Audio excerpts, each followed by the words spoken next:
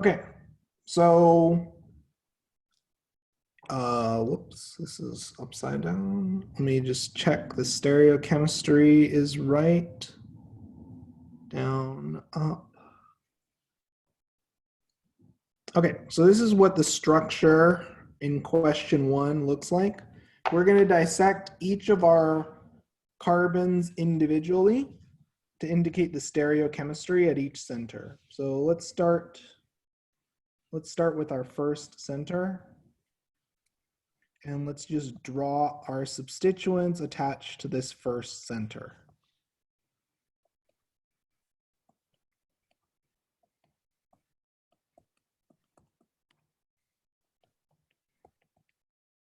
Okay. So in terms of priority, so A, B, C. What's our highest priority group?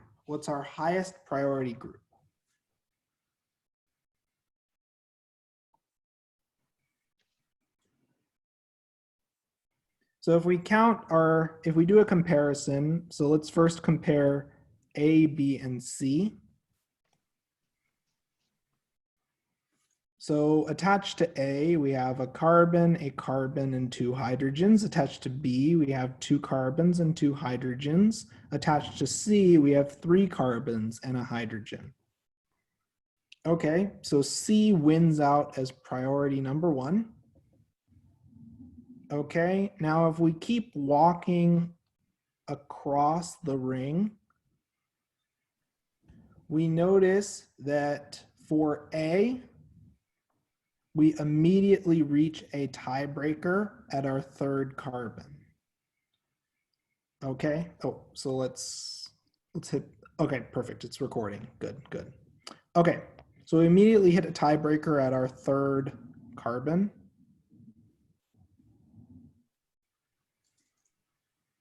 So if we compare carbon number 3, we're attached to 2 carbons and 2 hydrogens. Well, in this case, we're attached to 3 carbons and a hydrogen, or, yeah. So in terms of priority then, A would be priority 2 and B would be priority 3. Okay, so now that we've established the priority, we're ready then to assign R versus S.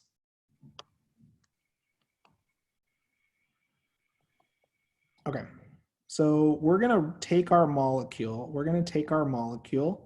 and let's view our model kit. And from my perspective, okay, what we're going to do is we're going to take, you find it, we're going to take our hydrogen, which is pointing out of the page, and we're going to invert our entire molecule so the hydrogen is in the back. Okay, now all we're going to do, we're going to draw what we see with the hydrogen in the back.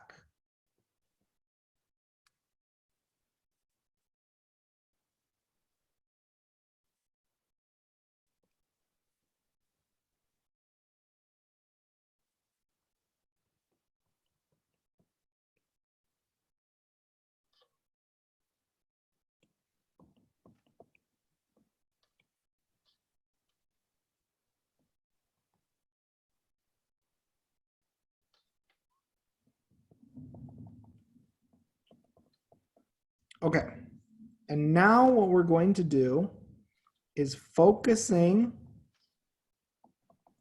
on the carbon that we've circled in red.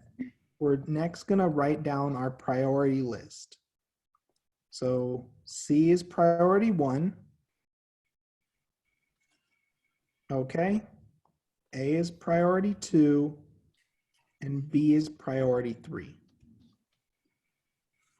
Okay, now if we go from highest to lowest priority, are we going clockwise or counterclockwise? Are we going clockwise or counterclockwise? Is our first stereocenter going to be R or S? Clockwise, okay? So our first stereocenter is assigned as R. And just to showcase this in our model. So let me show the stereocenter that we're looking at. So this is the stereocenter that we're looking at. And then in terms of priority, we're going from this bottom carbon clockwise in a clockwise motion. 1, 2, 3. Okay. So the key thing is once you have assigned your priority groups, you don't need to view the rest of your molecule. You just need to make sure you're rotating your molecule correctly so that the lowest priority group is in the back. Okay, so we have our first center established. Is it okay if I erase this work so far? Is everyone comfortable with this so far? Okay. So let's erase now and let's look at our next stereocenter. And let's pick an easy one for now. So let's look at our center here, okay? So in terms of our model, whoops, this one is completely reversed, I see. Okay, so in terms of our model,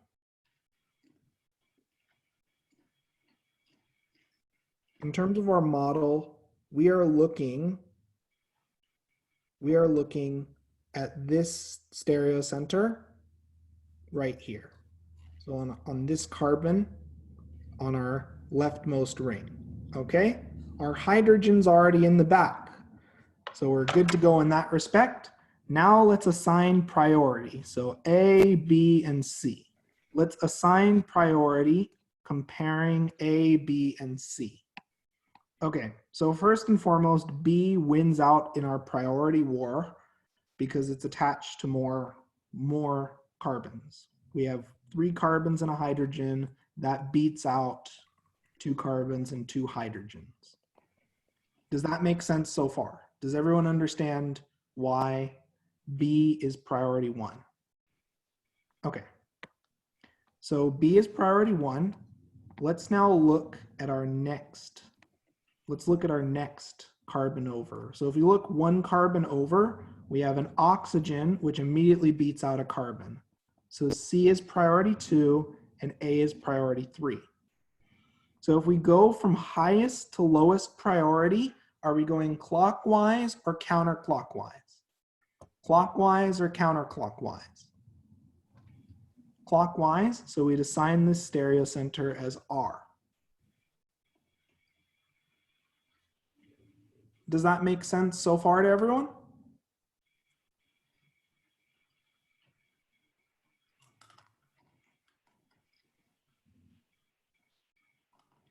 Oh, I just noticed, I'm just checking to make sure everyone's muted. Oh, I'm just gonna hit the mute button. Okay, perfect. Any questions so far? Okay, let's continue on then. Let's tackle our easy ones. So this carbon here has a hydrogen in the back. And to show which carbon we're looking at, we are looking at this carbon right here with the hydrogen in the back. Okay? Now, since our hydrogen's already in the back, all we have to do is just assign priority. So to answer your question, a stereocenter is chiral if the molecule itself lacks a plane of symmetry. So there are cases where molecules have stereocenters, but the molecule itself is not chiral. Those are meso compounds. In this case, this molecule is not meso because it's asymmetrical. Did that answer your question? Okay, perfect. So let's now play a game where we assign priority, okay? Okay, A, B, C. What's our highest priority group? A, B, or C? C, yep. C is priority 1. And then comparing A or B at our second carbon, what's higher priority? B, yep. So oxygen, oxygen, carbon, carbon beats out carbon, carbon, carbon, hydrogen. Remember, we're looking for the highest priority group, not the number of highest priority groups. So oxygen immediately beats out carbon, okay? A gets priority 3. So now going from highest to lowest priority, are we going clockwise or counterclockwise? Are we going clockwise or counterclockwise? Counterclockwise, so this is S. Does that make sense to everyone? Is everyone following so far what's going on? Okay, perfect. So now we're going to redraw our molecule, and we're going to look at our last and final stereocenter. So we're going to focus on this stereocenter, and I'm going to draw my hydrogen, okay? So to showcase what stereocenter we're looking at this stereocenter right here with the hydrogen in front. Now, in order to easily visualize and put our lowest priority group, this hydrogen in the back, I'm going to flip my molecule 180 degrees. Okay, so now the hydrogen is in the back. Whoops. Does everyone see how the hydrogen's in the back? Okay, now all we have to do, sorry if it seems like I'm moving this model around a lot. I'm trying to, the camera, in order for you to observe it exactly as I see it, is showing me the mirror image. So it's a little disorienting to try to draw and move the model kit since it's mirrored to me. Okay. So let's just draw what we see. So we have our hydrogen in the back. Okay, this hydrogen's in the front.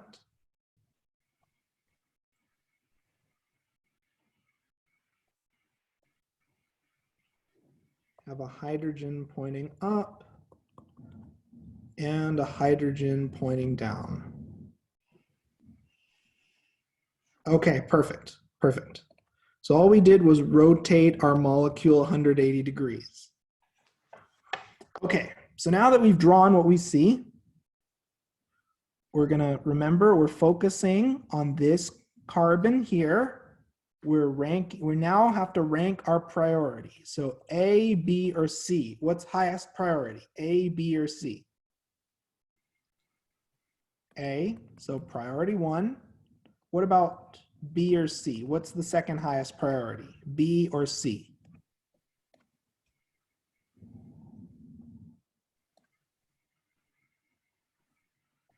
What's higher priority, B or C? C is priority 2. Carbon, carbon, carbon, hydrogen beats out carbon, carbon, hydrogen, hydrogen. Mainly because we have a carbon instead of a hydrogen as our tiebreaker. Okay, and B is priority 3. So to go from highest to lowest priority, are we going clockwise or counterclockwise? Are we going clockwise or counterclockwise?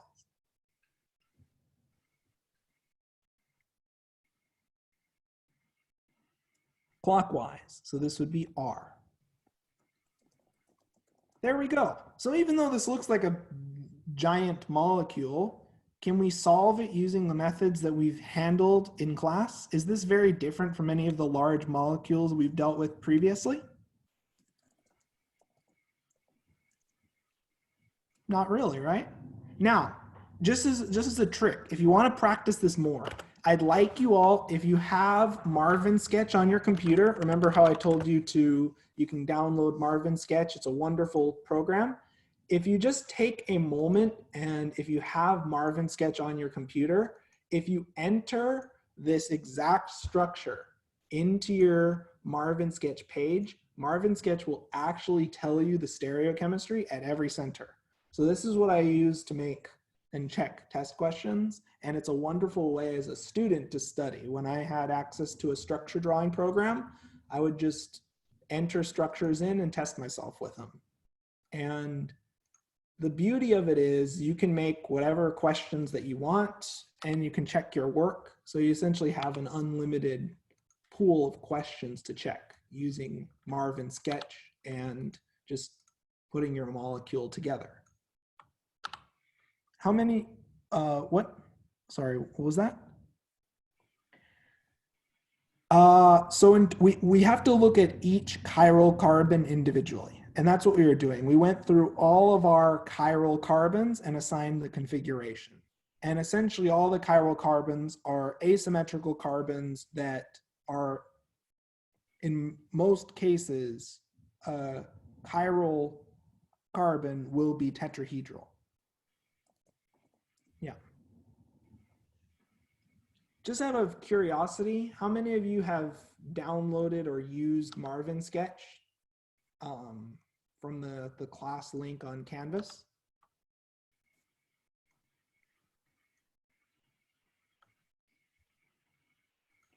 So using the structure to name feature, it will actually tell you the exact configuration of each of your centers.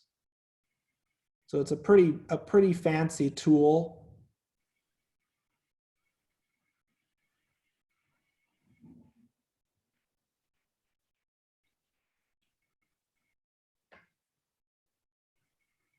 And it looks like our assignments were correct. So we did a good job so far. Yep, it's great for the lab reports as well. Okay, now to draw the enantiomer. So the easiest way, in my opinion, to draw enantiomers is to just take your molecule, draw it in exactly the same skeletal arrangement. Exactly the same skeletal arrangement. And you have to be really careful about this.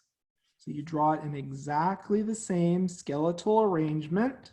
However, you're going to flip all of your stereocenters. You're going to flip all of your stereocenters. So for example, this hydrogen which has a wedge, we're going to give it a dash. This hydrogen with a dash, we're going to give it a wedge. And there we go. That's it. Okay. Does everyone notice how every single center is flipped in this enantiomer? Now, it's really important that you do not rotate your molecule when you draw your enantiomer if you're flipping all the stereocenters. Any questions on drawing the enantiomer? So the enantiomer would look like this, with all the stereocenters flipped. Any questions?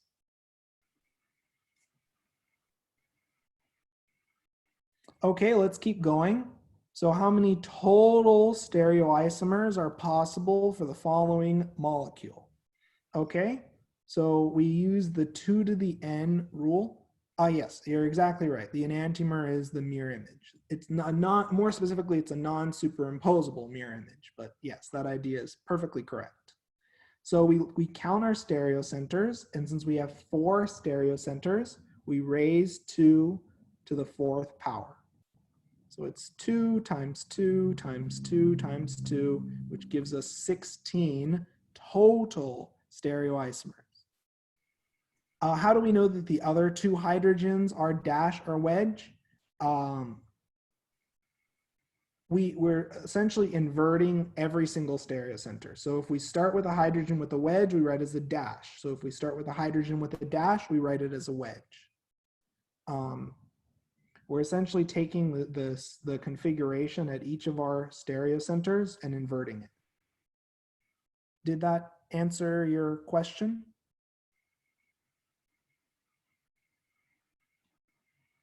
I see. So, okay, so this is best seen. So for example, okay. So for example, in this molecule, the oxygen is pointing away from you, right? Does everyone notice how this oxygen is away from you? That's the oxygen right here. Now my question to all of you is, when the oxygen is pointing away from you, we have a hydrogen atom also attached to that carbon. And how is that carbon pointing? How is that hydrogen pointing? Is that hydrogen pointing towards you or away from you? Towards us. So essentially the implied hydrogen is going, if for example your substituent is dash, your implied hydrogen will be wedge. if your substituent is wedged, for example, looking at our alkyl group, is pointing towards you. One moment. It's hard to get it right with the camera. Okay. Oops. Okay, so this alkyl group is pointing towards you, and as a result, the hydrogen is pointing away from you. As a result, this hydrogen, right here, attached to that carbon is pointing away from you. So the alkyl group is pointing towards you, and the hydrogen, as a result, is pointing away from you. So essentially, when you're drawing out your implied hydrogens, the implied hydrogen will have the opposite dash wedge notation to your substituent. Does that make sense? So for example, if your substituent has a wedge, your hydrogen will have a dash. And it's easy to see when you make the model and you actually slot the hydrogen in, that the hydrogen will be pointing into the page in this top case and out of the page in the bottom case. But that's a good question to ask. Okay, so we have a total of 16 stereoisomers.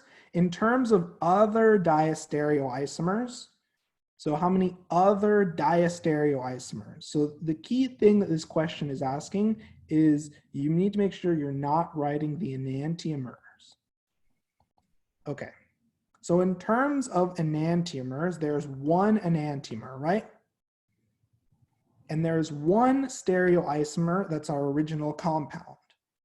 So then to calculate the number of other diastereomers, we take 2 to the n minus 2, because we have our molecule and the enantiomer. If your molecule is symmetrical, you may need to be a little bit more careful about this. So we take 16 minus 2, which in turn gives us 14. So we have 14 unique diastereoisomers, which would have a different configuration at one or more stereocenters. It's easier to do this mathematically rather than proving via drawing. Any questions on this idea? Essentially, we subtract 2 because you don't count the molecule itself and you don't count its enantiomer if we're asked to look at the number of diastereomers and other diastereomers. Does that make sense to everyone?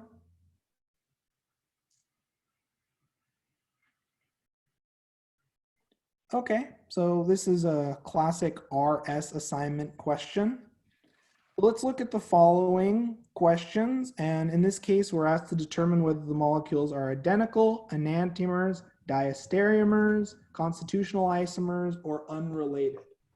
So I'm going to make a model for each of these structures, and from that, we'll be able to draw some conclusions. So I'd like you to take a moment at home if you're working along and make a model of each of these structures, and then we'll discuss. Let me put together a model really quickly.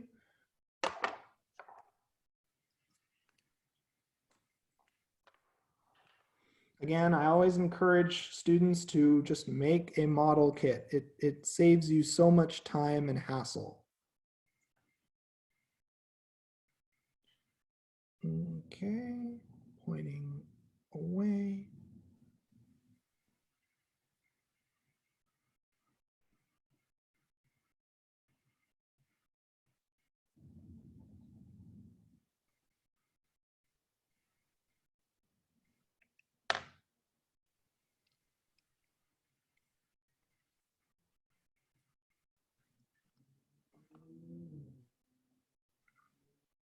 Okay, we have our first molecule built. Let's build the second one, since that's the only way we can give a fair comparison.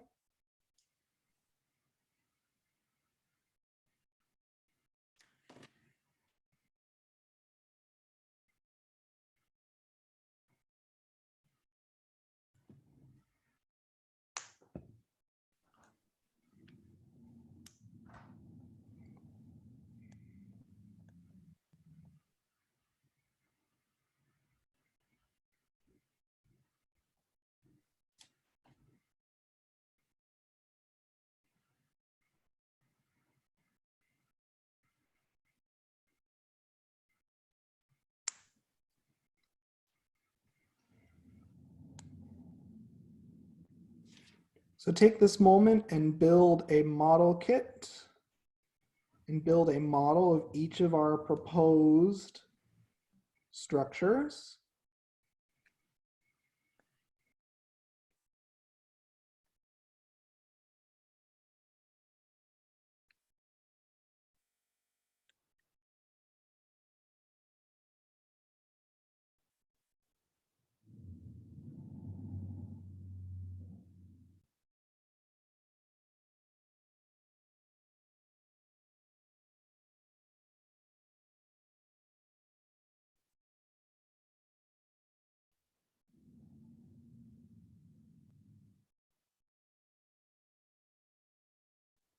I'm just checking really quickly.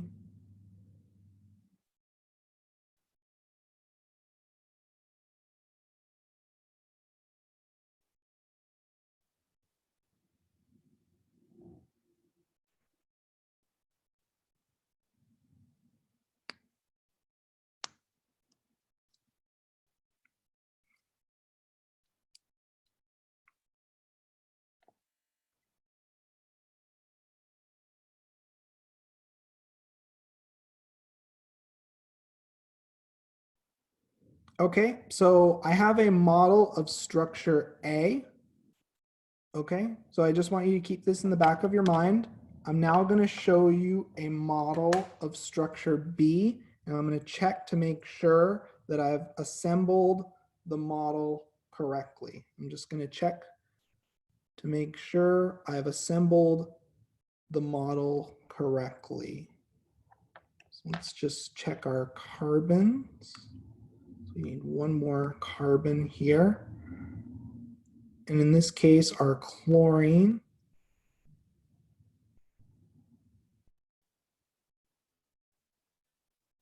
We have our chain. So we need our ethyl group pointing out of the page. Okay, perfect. Our chlorine's pointing into the page. Okay, perfect. Okay, here we go. So this is a model for structure B.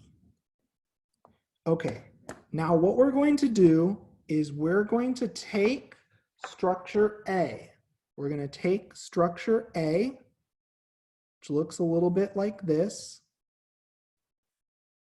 So as you notice, the methyl group is pointing towards you. The ethyl group is pointing away from you. And our chain looks like this. Now what we're going to do is we're going to rotate our carbon-carbon bond so our chains look exactly identical.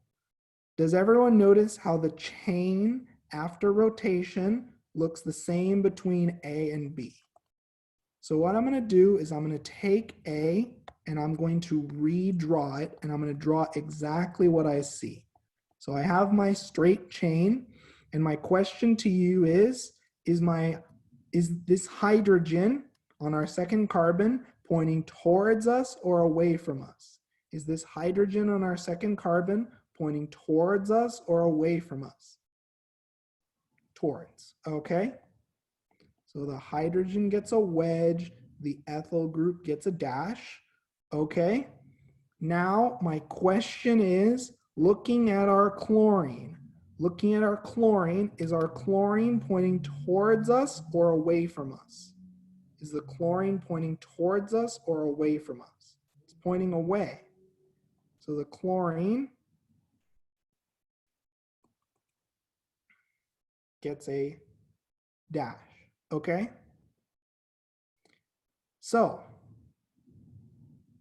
So far, so good. So far, so good. So we've redrawn our chain. So we have structure A and structure B now. However, as we notice, the position of our substituents looks a little bit different, but we're going to need to check the stereochemistry of each of our positions now. So let's take a look in detail at each of these structures, A and B. We've drawn them with the exact same chain arrangement. So now what we're going to do is we're going to try to set it up so the substituent is on the same carbon. Okay? We're going to try to set it up so our substituents are on the same carbon. Okay, so what we're going to do, okay, so here's structure B as we have it right now.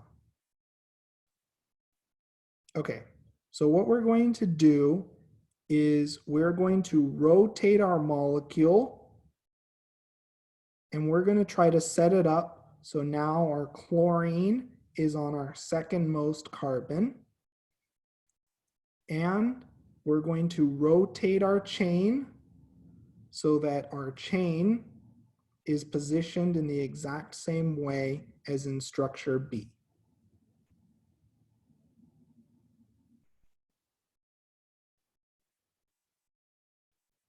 Okay, perfect. So we've done some rotation on our molecule and we're going to redraw structure A now.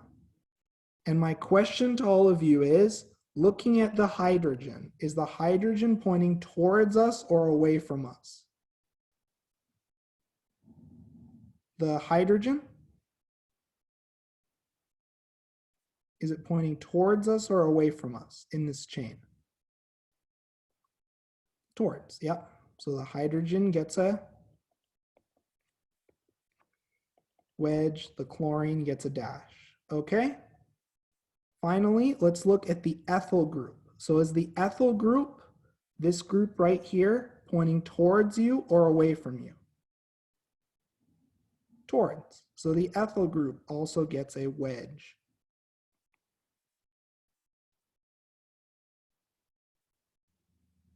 Okay.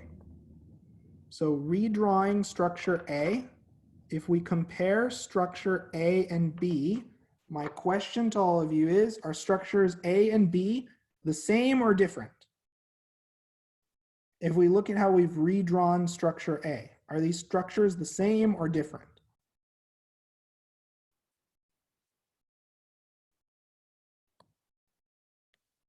Same, yep. So these structures are identical.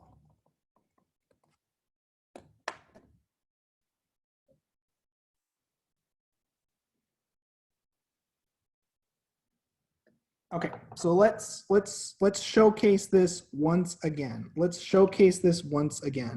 So let's regenerate our old structure and let's just show step by step the bond rotations that we've made.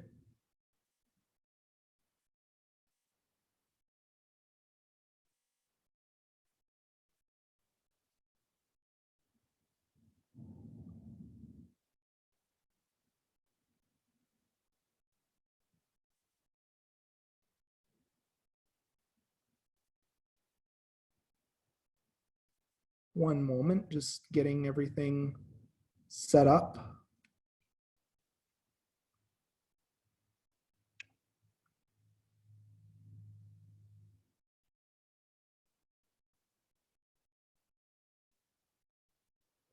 Okay, perfect. So this is our original structure A. The methyl is pointing out of the plane of the page.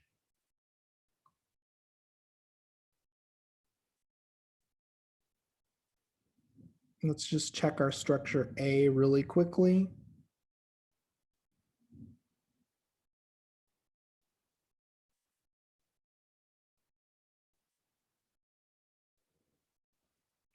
Oh, this should be in the back.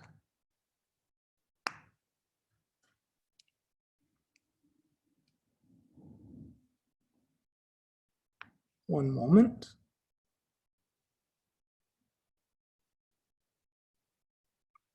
Okay, so here's our structure A.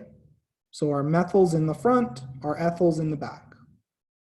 Okay, so now what we're going to do is we're going to rotate our molecule so that the chain looks identical in both of our structures. So we're first going to rotate our chain, then we're going to rotate our molecule 180 degrees. Okay, and now we're going to rotate our chain once more. So that way now our chain is arranged in exactly the identical structure between A and B. Now what we're going to do is we're going to draw what we see. I made an error when I was assembling the model. So let's draw what we see now. So the hydrogen is pointing out of the plane of the page. The chlorine is pointing into the plane of the page. Okay, our hydrogen is pointing out of the plane of the page, and our ethyl group is pointing into the plane of the page. And if we compare A and B, now that we just double checked our structures, this is why we always want to check our work, is the configuration the same at all of our stereocenters? If we compare A and B, is the configuration the same at all of our stereocenters? So what do we call A and B? The configuration is different, right? And since it's different at one stereocenter, we call these diastereoisomers.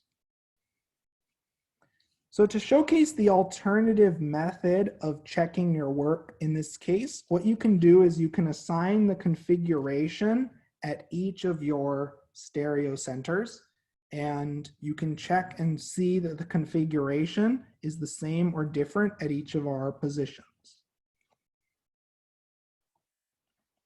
For example, in structure A, the configuration at this center is S. In structure B,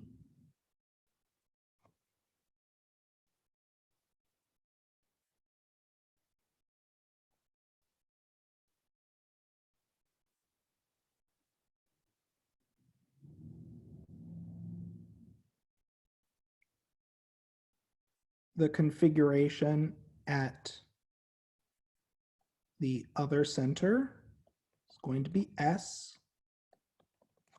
Let's now look at this center once again, and let's check the configuration at each center. Keeping in mind carbon 1 in this structure matches carbon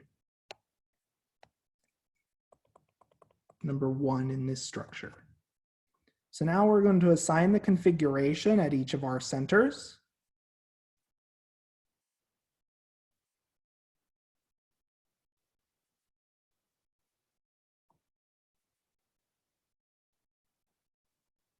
So at this center, we have an S configuration.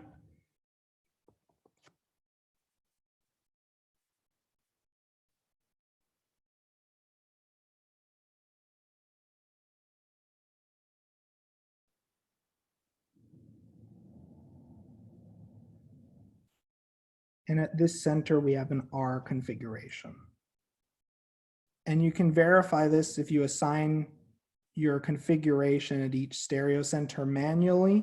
And as we notice from our R and S assignments, we notice that the stereochemistry at carbon number 2, which is this carbon right here, is different between our two structures.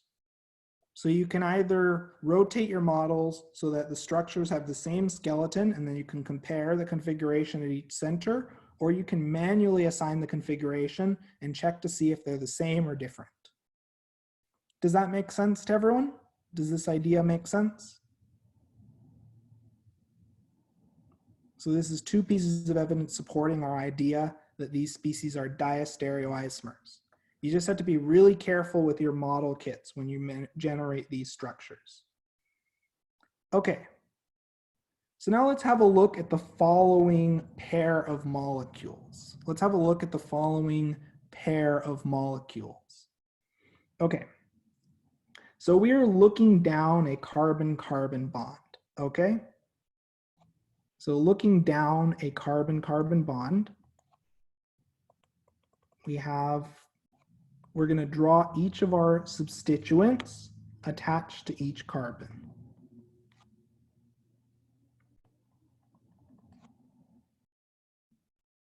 So first, I like to draw the sawhorse notation. Okay, perfect. Now what we're going to do is we're going to take this structure. And there are many perspectives that you could view it from, but personally, what I like to do is I like to draw a zigzag between my substituents, and I'm going to choose arbitrarily to look at my molecule from this perspective. So I'm going to make a model kit to help you see this effect. In the end, we're going to end up with a chain that looks like this.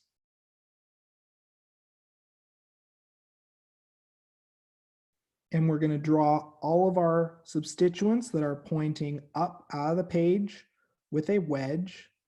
So we'd have our ethyl with a wedge, and anything pointing into the page down with a dash.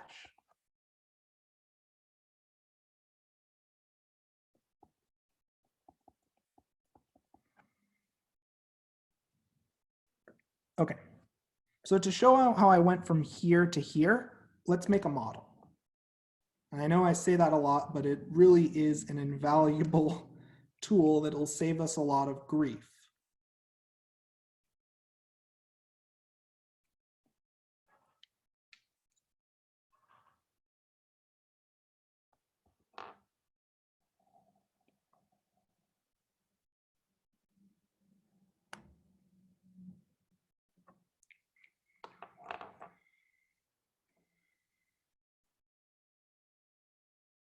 Okay.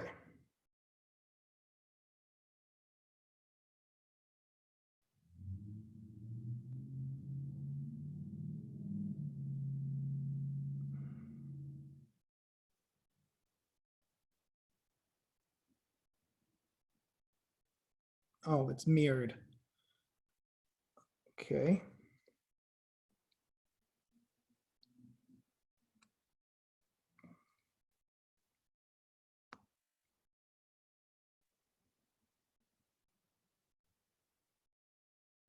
Okay, so just as a check, we have our bromine on the left, our methyl on the right, our ethyl up top, and then behind we have our OH on the bottom, we have our methyl on the left, and we have our hydrogen on the right.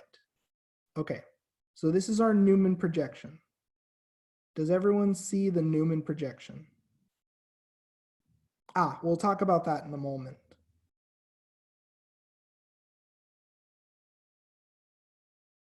Okay, so what we've done essentially is I have rotated my molecule. I have rotated my molecule 180 degrees.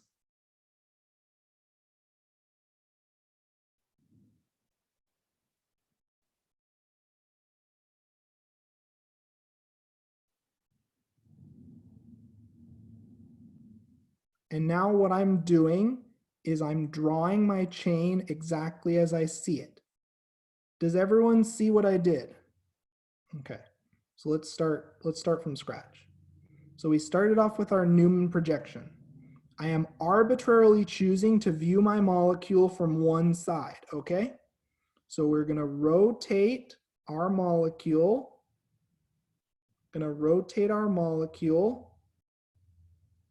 180 degrees, and we're going to draw what we observe from the view. Does everyone notice how the ethyl group, is the ethyl group pointing towards you or away from you? Is the ethyl group pointing towards you or away from you? Towards, okay? And now looking at our alcohol, looking at the alcohol, is the alcohol pointing towards you or away from you?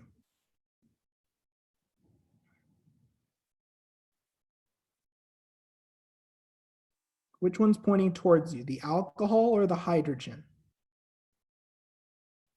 Hydrogen, exactly right. So the trick for Newman projections is you draw your sawhorse notation, and as you notice, if your substituents are staggered, they make a nice little zigzag pattern that I like to make as my baseline skeleton. Then from there, I look at my molecule from a side-on perspective, and any substituents that are pointing up or to the right I give them a wedge. Any substituents that are pointing back into the page, I give them a dash. Okay, so let's do the exact same process. Let's do the exact same process for this molecule here. So in this case, I'm going to draw my zigzag with these 4 substituents. So we'll do this in purple. So structure B we'll draw in purple. So let's make a model once again. Let's make a model and observe what we can see. Let's see what we can see here. Let me try to get this just right. So the view. Okay. Now our bromine's in the opposite spot. Okay, that can be easily accomplished. And our alcohol's in the opposite spot. Okay, that can be done as well. Okay, so now we're going to bring, oops. Okay. Let me just check.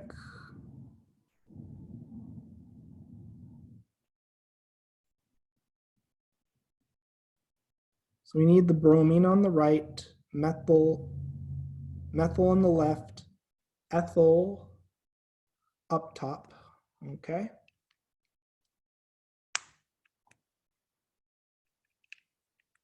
Oops, no, the ethyl's fine. Okay, so bromine on the right, methyl on the left, ethyl up top, wonderful. We have our hydrogen on the bottom.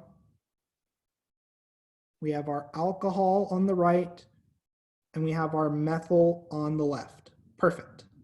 So now what we're going to do is we are going to rotate our molecule and rotate our view of the molecule. Well, that's one way of rotating it. Let's try to find another way.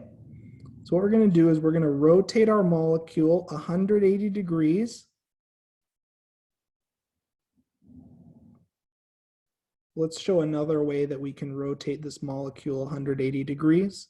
So we're going to rotate it 180 degrees, like so. Okay, and now what we're going to do is we're going to try to arrange it so our chain is in the exact same configuration as in structure A. So we've rotated our molecule and rotated our bonds so the chain is in the exact same arrangement. And now what we're going to do is we're going to draw what we see. So my question to all of you, my first, let me set this up a little bit differently. It's not that that approach wasn't valid, it's just it's a little bit harder to see in that case.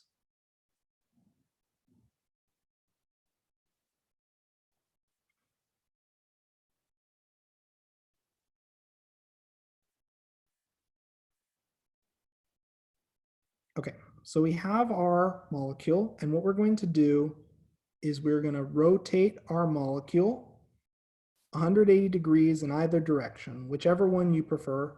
It actually doesn't matter.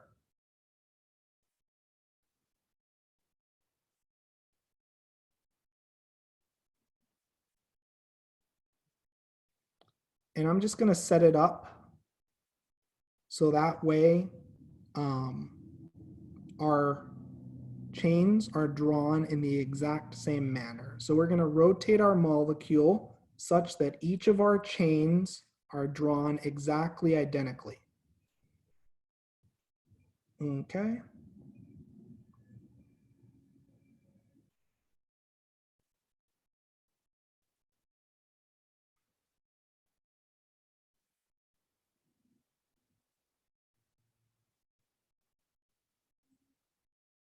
Okay. Let me just check really quickly. Takes a little bit of rotating to get it exactly right.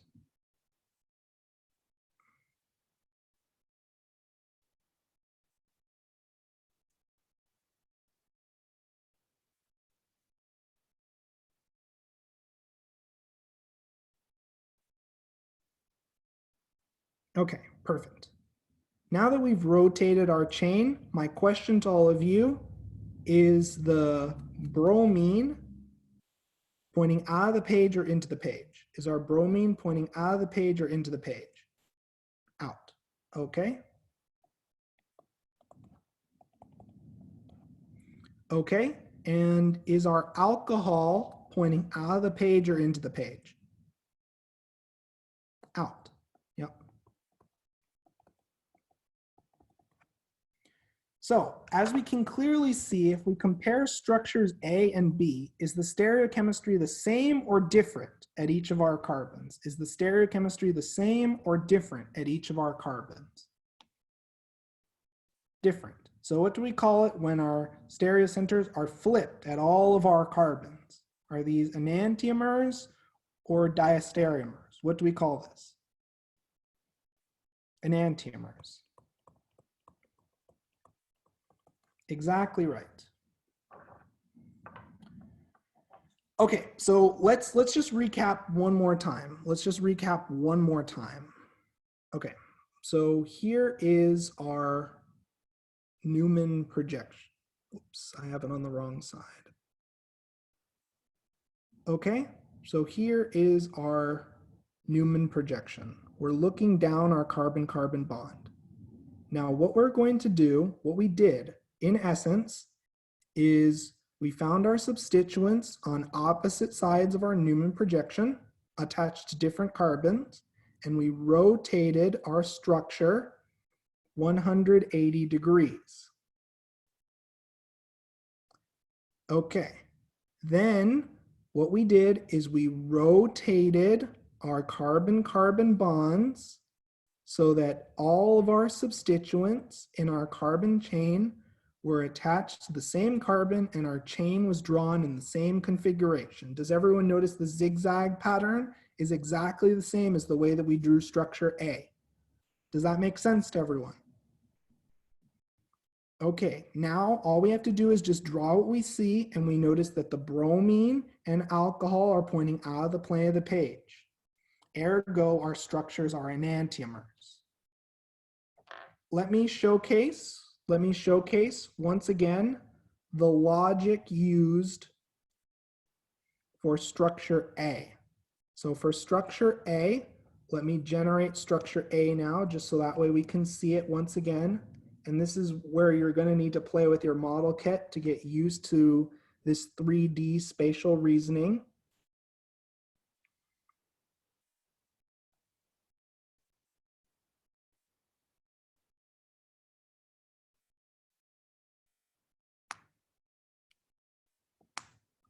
And in fact, one interesting tidbit, one interesting trick, when you're even building the model kit, if you go from structure A to B and you ever have to change where your substituents are attached, if you have to change the relative position of your substituents, that already gives you a hint that you have enantiomers.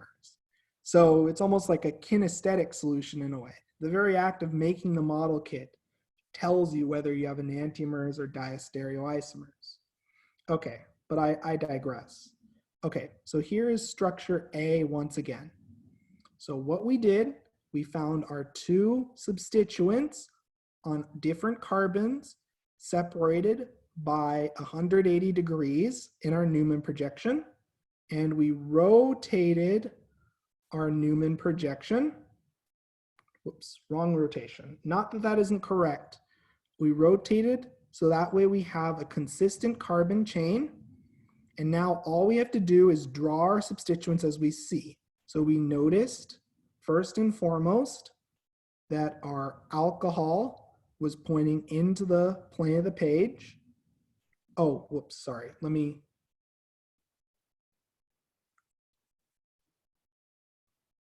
Oops.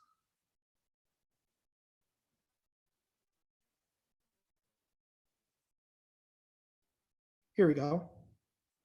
So first and foremost, we noticed our bromine was pointing into the plane of the page, and so was our alcohol. Yes, exactly right. So essentially what you're doing is you're taking your molecule, your sawhorse projection, and you're rotating it 180 degrees.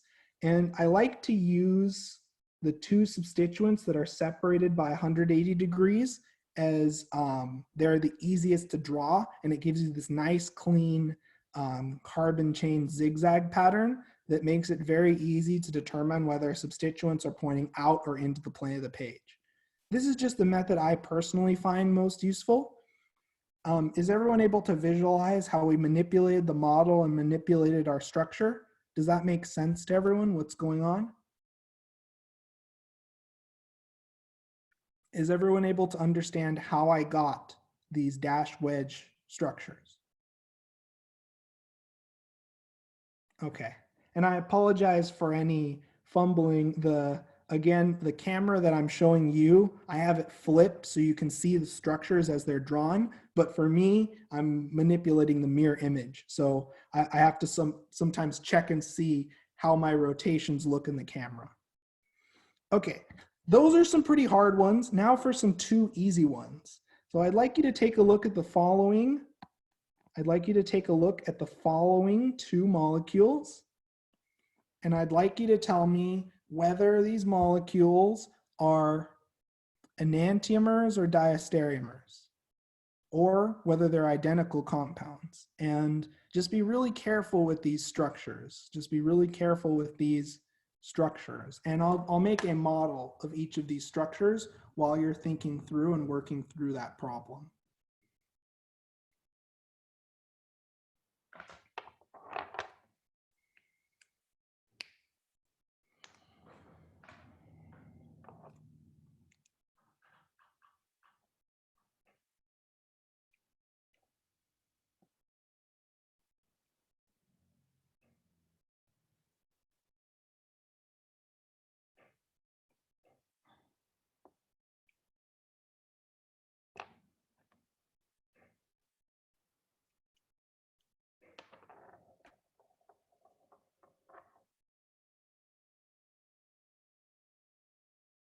And just check for planes of symmetry. Check for planes of symmetry. Okay, now for a bit of a magic trick. Now for a bit of what I consider a chemistry magic trick. Okay, so you see both the we see that both of our alcohols are pointing, let me get this set up just right. Okay, so we see that both of our alcohols are pointing towards you, while our methyl group is pointing away. Okay? Now, I am just going to rotate my molecule. I am not going to change the substituents. Does everyone notice a plane of symmetry in this molecule? Does everyone notice a plane of symmetry? Yes, you can split this molecule right down the middle. So if I flip this molecule 180 degrees, I have not changed any substituents. Have I generated structure B? Have I generated structure B? Yes, I have. So as we can see, there's a clear plane of symmetry. So these molecules are identical. These molecules are meso.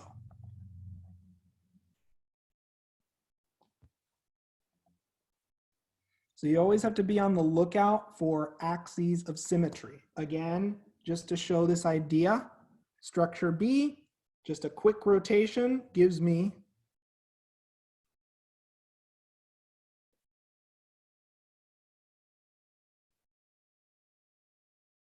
structure A. So notice how the alcohols are pointing out of the plane of the page, the methyl is pointing in. I just rotate my molecule. Suddenly my alcohols are pointing in and my methyl is pointing out. So this is a meso compound, and these two compounds are identical. So that's why you always have to be vigilant for planes of symmetry. Anytime you have symmetrical molecules, this kind of effect can pop up. Does everyone understand why these compounds are identical now? Okay, now let's look and let's compare the following two molecules. Now I'm going to do a ring flip. I'm going to do a ring flip so both the chair conformations are drawn in the same way. So one goes, whoops. So one goes down in this case, 4 goes up.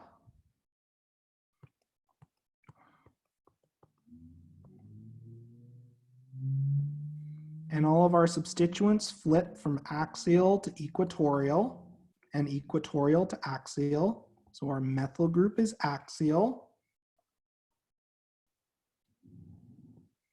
And our chlorine is now equatorial pointing down. Okay, so this methyl is up axial, this chlorine is down axial. Okay, so the methyl would get a wedge, the chlorine would get a dash. Looking here, this chlorine is up axial, so it would get a wedge, while this methyl is down axial, so the methyl would get a dash. So drawing each of these structures in dash wedge notation, we'd have a chlorine with a wedge and a methyl with a dash. Well, in the second structure,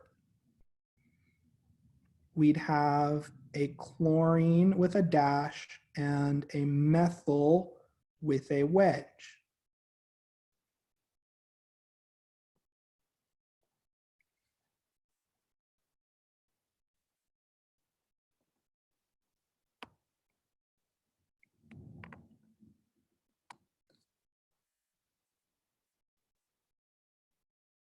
I'm going to draw it in a different color.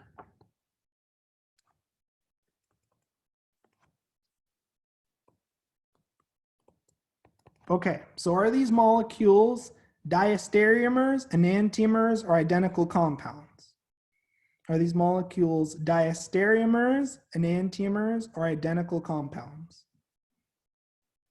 These are enantiomers, exactly right. These are enantiomers. They have the exact opposite configuration at every stereocenter. Does that make sense to everyone?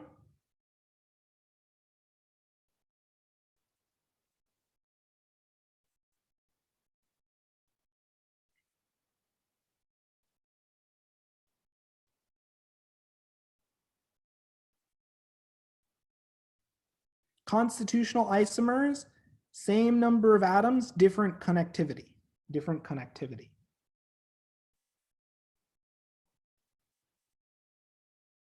So do these set of examples make sense to everyone? We've analyzed every single type of structure that we've looked at so far in this class.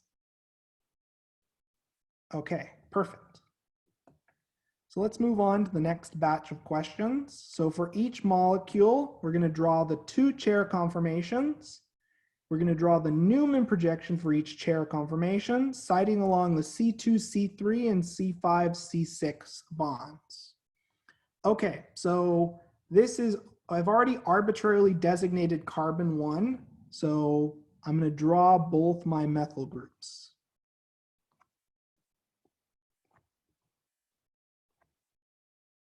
Okay. Carbon 2 is left empty. And we have a chlorine that's pointing up. So the up chlorine in this case will be axial. So you can think of it as axial, equatorial, axial, equatorial, axial. On carbon 5, our methyl group is pointing up. So it's axial pointing up. So the difference between diastereomers and enantiomers have the opposite configuration at every stereocenter, while diastereoisomers have an opposite configuration at only one center. Does that make sense to everyone? Does that make sense? Diastereomers, one or more stereocenters, but not all. Enantiomers have the opposite configuration at every stereocenter. That's why that's what makes an enantiomer a non-superimposable mirror image. Does that make sense? Perfect. Okay, so in the ring flip, so 1 goes down, carbon 4 goes up. So our methyls stay the same. Carbon 3, this chlorine is still pointing up. So it's instead of axial, it's equatorial. Carbon 5, the methyl is still up. So instead of axial, it's now equatorial.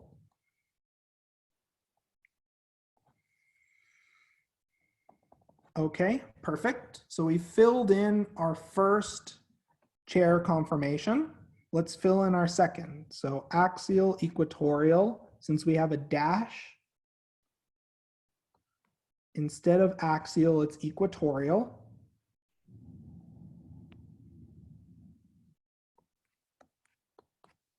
Okay, so at carbon 3, this chlorine is equatorial. Hydrogen's axial. The methyl is still axial as always. Okay, carbon 1 goes down, carbon 4 goes up in a chair flip.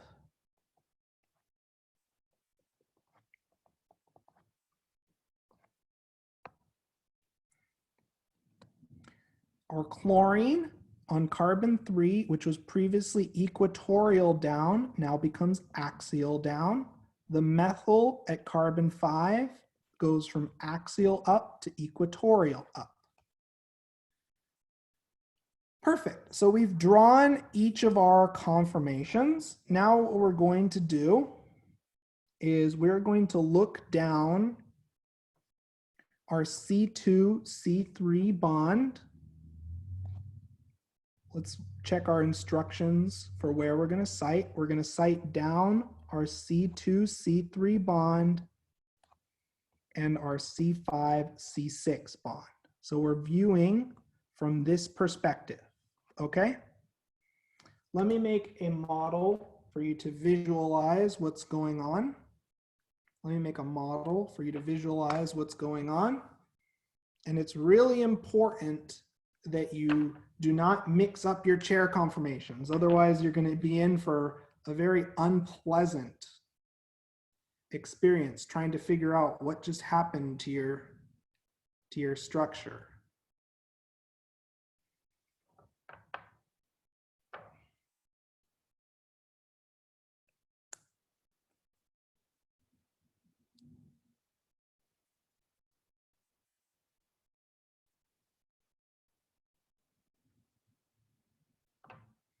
Give me one moment. I'm almost done making the model.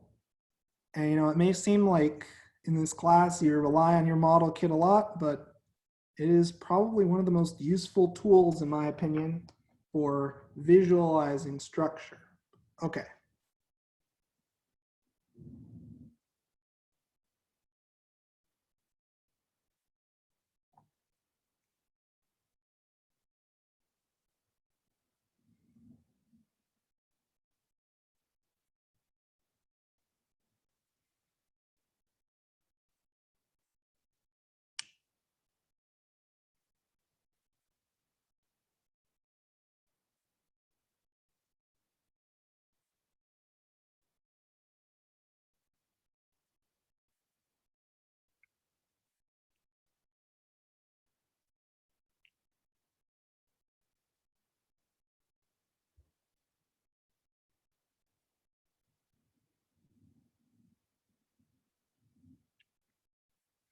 Okay, here we go. So we have carbon 1 that has both of the methyl groups. So as we can see from our side on view, oops.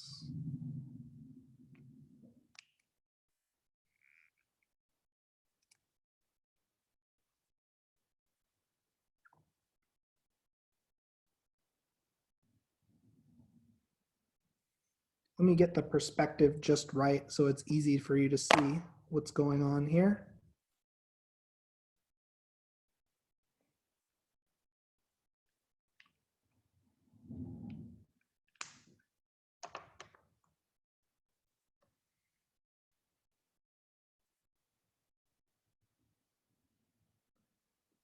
flipped. Okay.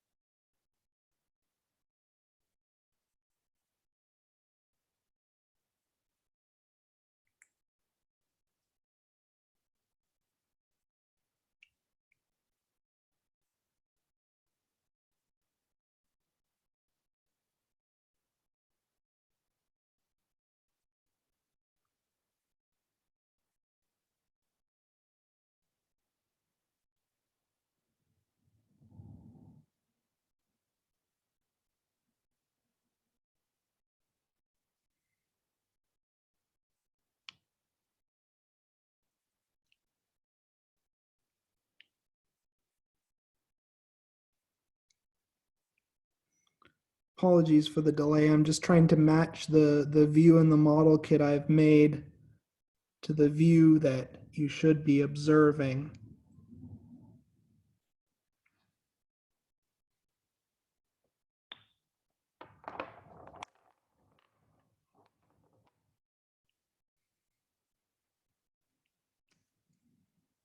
And you're welcome to take this time to generate your own model using your model kit, and then we can compare.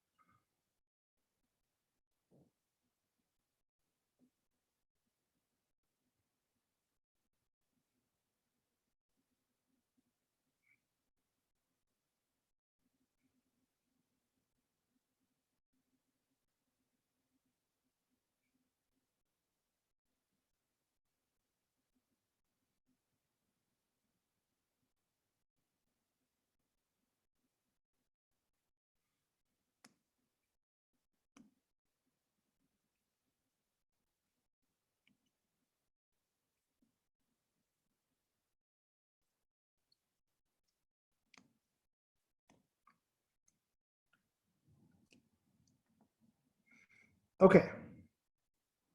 So in structure number one,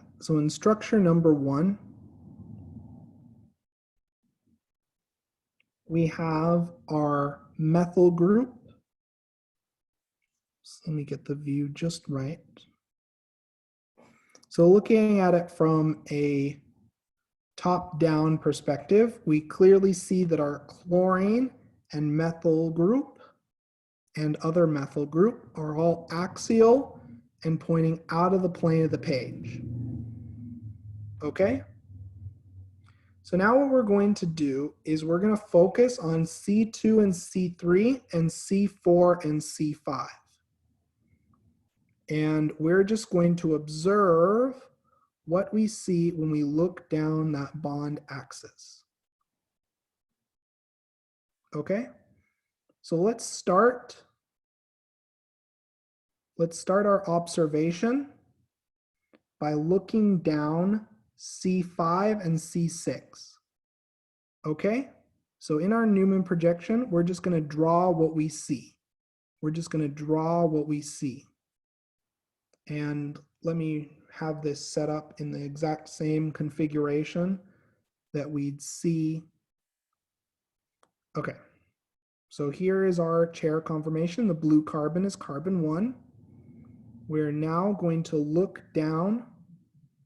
We're going to look down C5 and C6, and we're going to observe each of our substituents attached to each of our carbons. So let me add the hydrogens to carbon 5 really quickly, and then we'll just draw out our Newman projections from there.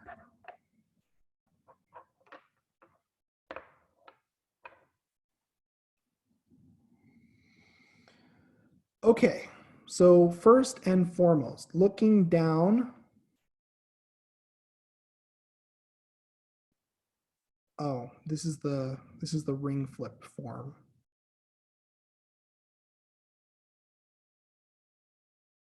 So let's look down. So in this case, we're looking down from carbon C5. So from our view, we're looking down C5, and we're looking down the C3-C2 bond, okay? So now looking down C5, my question to all of you is, first and foremost, we see our methylene group in the front pointing down. So here's our methylene group. The next order of business is our methyl group pointing up or down. Is our methyl group pointing up or down? Up, okay. So we are going to draw our methyl group pointing up. Okay. Our hydrogen is pointing to the right. Okay. Is our chlorine pointing up or down?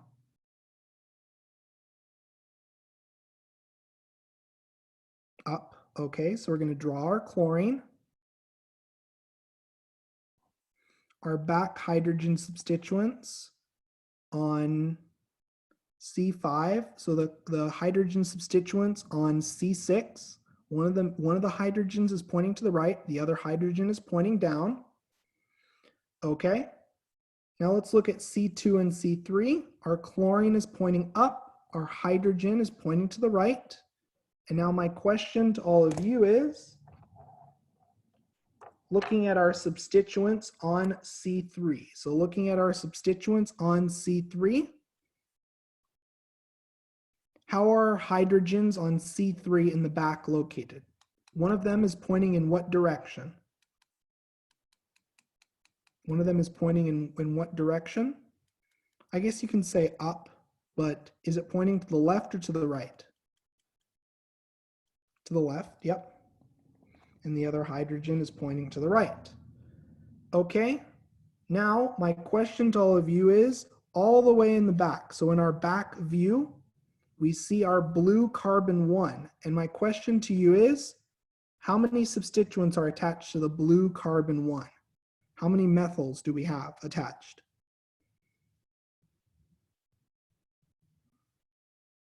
2. Exactly right. So this is our view from the Newman perspective. When we're looking down, carbons 2 and carbon 3 and carbon 5 and carbon 6. So we see in the back are 2 methyl groups.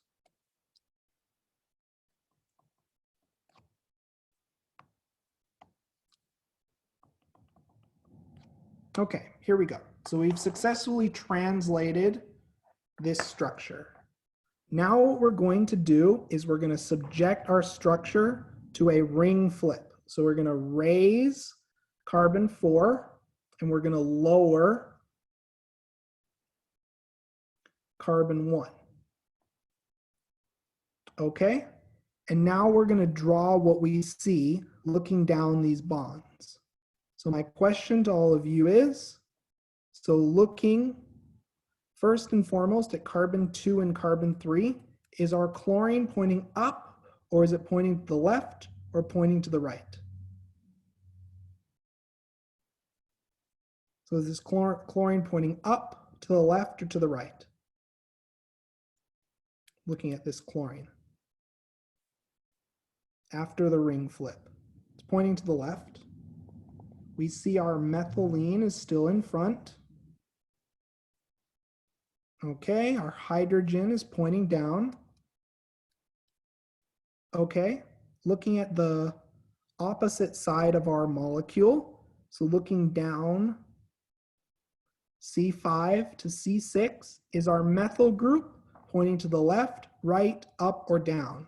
How is this methyl group pointing? How is this methyl group pointing? To the right. Yep. Okay, the hydrogen's pointing down, and everything else stays identical. We just have swapped the position of our axial and equatorial substituents, and we've swapped the relative position of our methylene groups. Notice how the methylene group in the back that has the two methyl groups is now pointing down. Does everyone see that from this picture? Does everyone see how the methylene group with the two methyls is now pointing down from our Newman projection view? Okay, perfect. So now you may say, do I have to do all this work for structure B? No, you don't actually, because we know that the only stereocenter we've changed is the stereocenter at carbon 3, right? So all we have to do is pay attention to the stereocenter at carbon 3 and just flip only that stereocenter, since that's the only one that's changed. Okay, so we draw our Newman projection exactly the same, except we just change the position of our chlorine.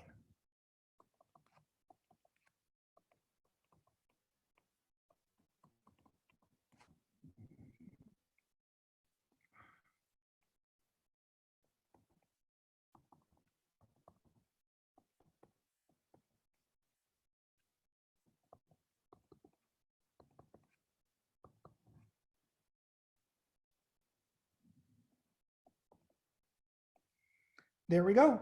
And that's it. And just to showcase that that in fact does work. So in our ring flipped form, so here is structure A on the left. If we change the stereochemistry of our chlorine, I'd just like you to tell me, looking at this structure down here, for our diastereoisomer, is our chlorine pointing down? Is our chlorine pointing down from our perspective? Is our chlorine pointing down? For the diastereomer, is our chlorine pointing down? Yes, it is. So this is a method to save you some work. So in summary, you're looking down the carbon 5 to carbon 6 and carbon 3 to carbon 2 bond. It doesn't matter from which side you view when you're drawing your Newman projection, though you do have to make sure that from whatever side you view, that you draw your methylene groups in the right spot. Do you notice how this methylene group is pointing down relative to our carbon 5, carbon 6, and carbon 3 to carbon 2 bond? That's really important to keep in mind. Our methyl group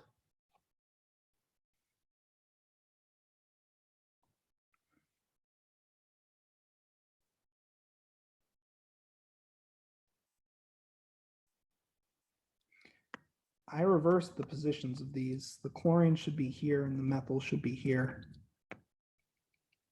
If we're drawing this exactly 1-to-1.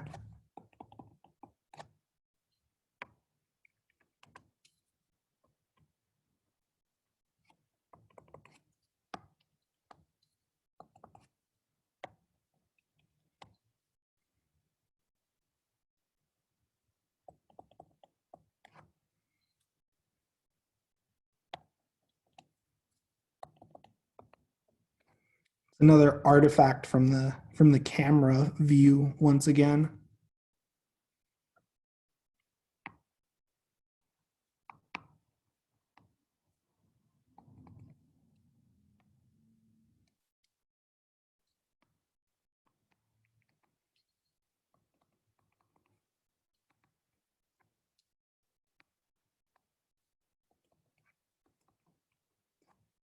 Okay, So again, we're looking down the following sets of carbons.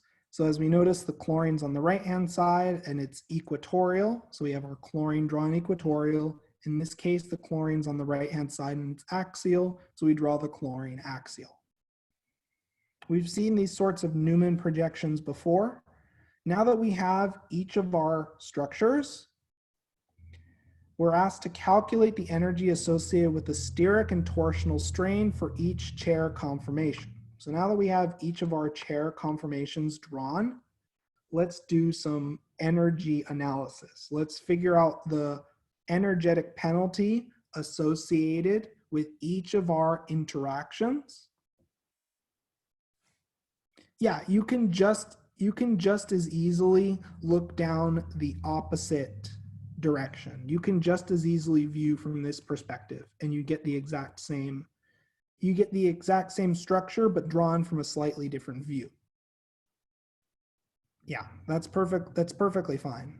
You can, as long as you make sure that your methylene groups are drawn in the correct position, there's no problem with viewing it down the opposite set of bonds. Yeah. The reason why we viewed it from this perspective is because we noticed that our methylene group in front was pointing down, which indicated that we'd have to view our molecule from, I guess, looking from the left-hand side perspective.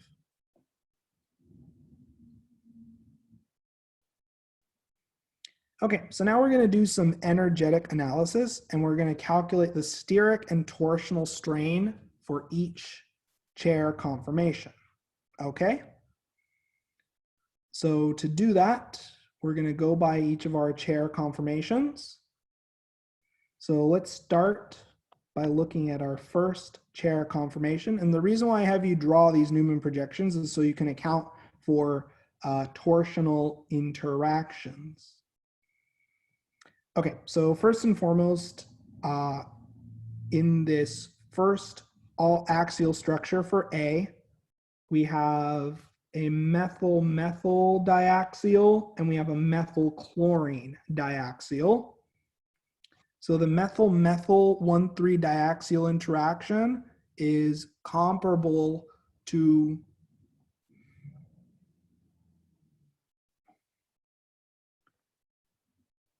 so we have a methyl-methyl and our methyl-chlorine diaxial interaction. Perfect. So that's structure A1. In terms of torsional interactions, I don't see any gauche interactions to speak of so far that wouldn't be classified as 1,3 diaxial. For structure A2, I don't see any, there's one diaxial interaction between the methyl and the hydrogens. Okay, and that totals to about 4 kilojoules. The methyl 1,3 diaxial interactions are similar to a gauche interaction in terms of magnitude. Okay, let's do some energy analysis for B1 and B2. So for B1, we have a methyl-methyl, a methyl hydrogen, and a methyl hydrogen. Okay, so these methyl hydrogen 1,3 diaxial interactions add to about 4 kilojoules, similar to a gauche methyl. And the methyl-methyl diaxial interaction would be slightly higher, and we can estimate this to be close to that of similar to that of a methyl-methyl eclipsing. So it's around 9 to 11 kilojoules.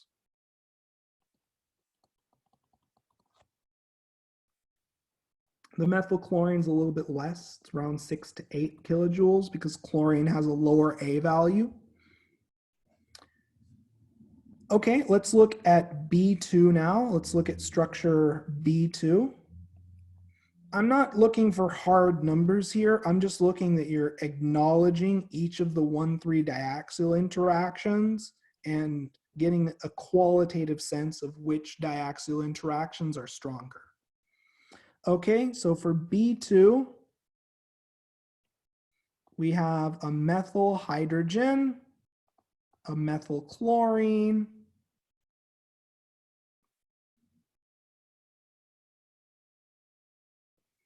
and a chlorine hydrogen.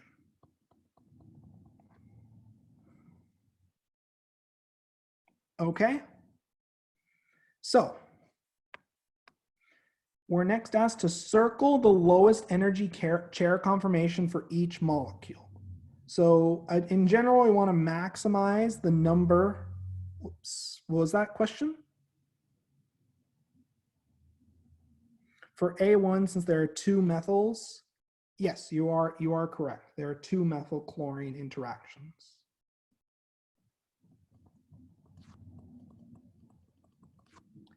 So as we notice, in general, we want to minimize the number of 1,3 diaxial interactions.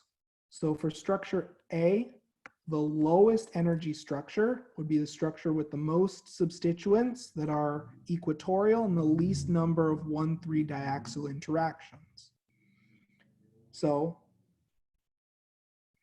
the lowest energy chair conformation for structure A would be the lower conformation that has the most equatorial substituents. For structure B, the lowest energy conformation. So if we compare, in our first structure, we have our methyls, which are pretty bulky, that are axial. In our second structure, we have a chlorine and a methyl axial. So what is more bulky, a methyl group or a chlorine? Which one would exert a stronger 1,3 diaxial interaction? A methyl, which is pretty large in terms of A value. And just for reference, the chlorine A value is about 1. The methyl A value is about, I believe it's about 3 to 4. So in terms of steric bulk, the methyl has substantially more steric bulk. And as a result, we want to minimize placing our methyl groups axial. So the structure with as many of our methyl groups as possible equatorial is the lowest energy. Now, in terms of the lowest energy molecule, we're going to compare all 4 of our structures now, and I'd like you to tell me which of these structures has the least number of destabilizing 1,3 diaxial interactions, structure A or structure B. So let's go through and let's immediately cross out our high energy structures. So these we don't have to worry about. Now comparing A2 and B2, which structure has the least number of 1,3 diaxial interactions? The structure with a methyl axial or the structure with a methyl and a chlorine axial? Which structure has the lowest energy interactions? The structure with a methyl only axial or a structure with both a methyl and a chlorine? Which one's lower in energy, A or B?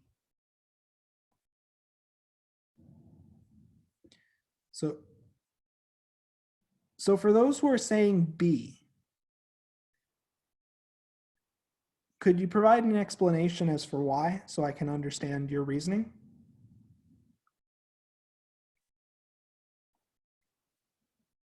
So let's make a list. So in terms of axial substituents, in structure A, we have a methyl group axial, we have a hydrogen and a hydrogen.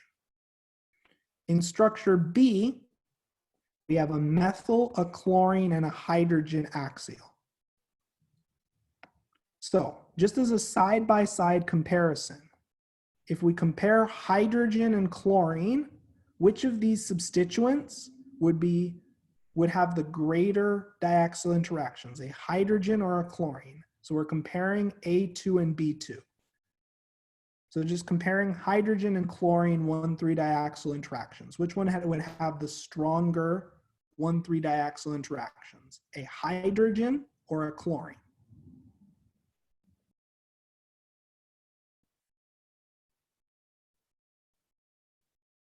A chlorine, right? So then, if we list all the interactions in A, we have a methyl hydrogen, and a hydrogen-hydrogen.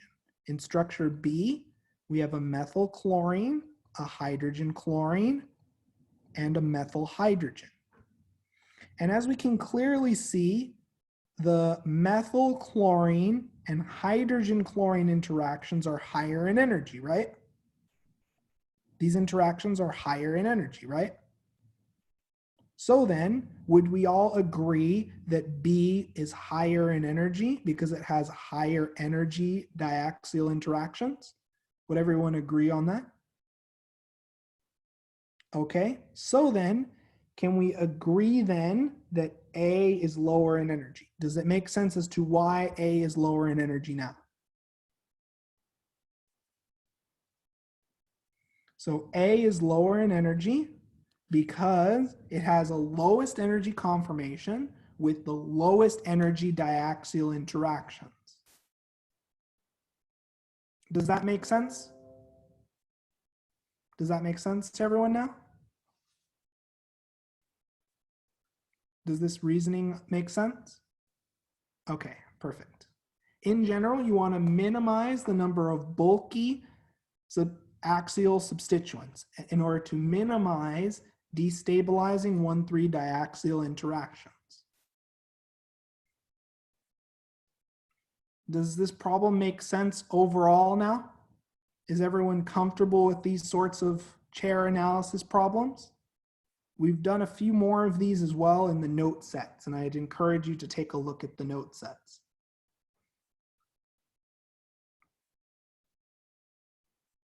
Any questions on this example? Any additional questions on this example?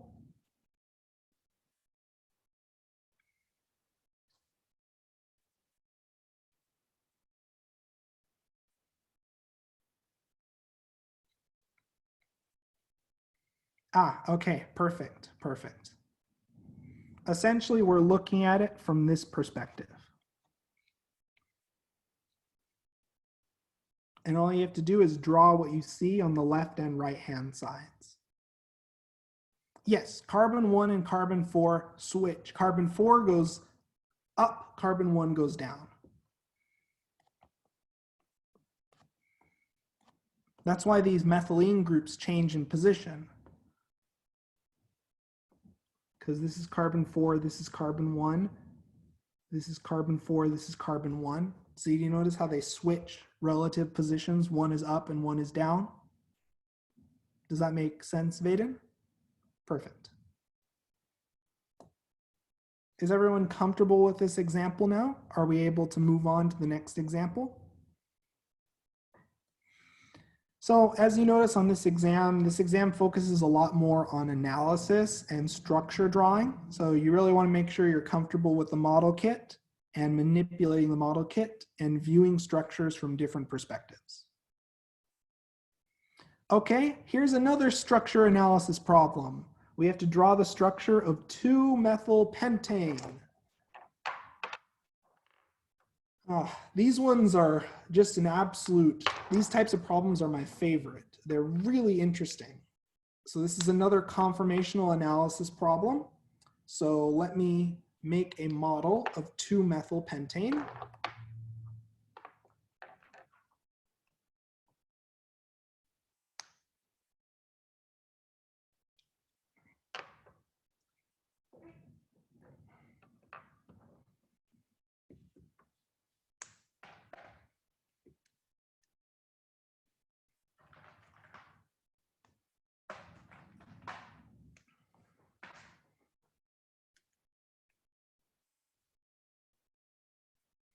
Yes, if you look at A1 straight on, you can use the second Newman projection template. Yeah, you can. There's no problems with that.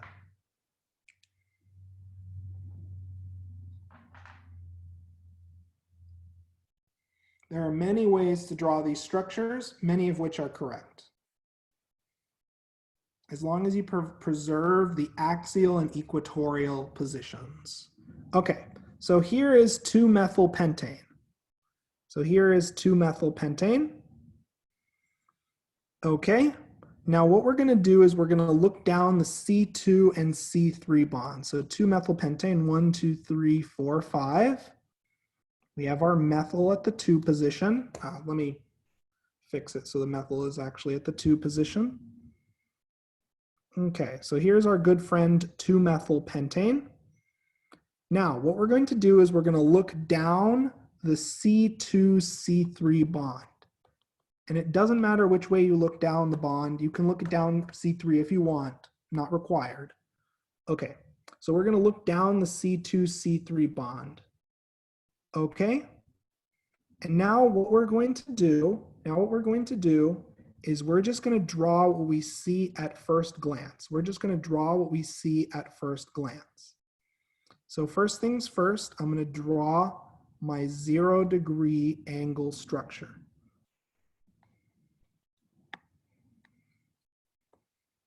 Okay, so as we can clearly see, we have our methyl group pointing up.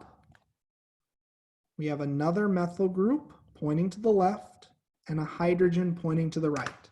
Does everyone see that for our front carbon? Does everyone see that for our front carbon?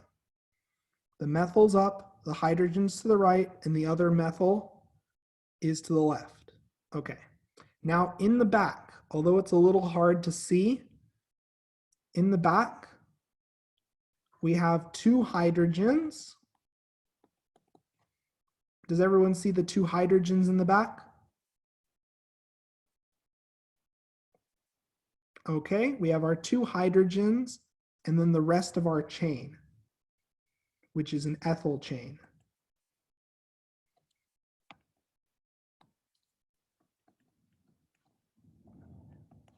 Okay, so here's our 0-degree structure. Now what we're going to do is we're going to rotate our front substituents 60 degrees. So I rotated my substituents 60 degrees. So let's draw our 60-degree structure. So now, so just to clarify, I rotated my structure 60 degrees. Well, let's do it clockwise to make it a little easier. So we have our methyl on our front carbon. Now to the right, our hydrogens pointing down, our other methyls to the left, and our back substituents stay exactly the same. Now, we can keep using our model kit, but we don't have to anymore. Once we have this Newman projection established, we can just keep rotating. So we keep rotating our front carbon 60 degrees, and then we draw what we see.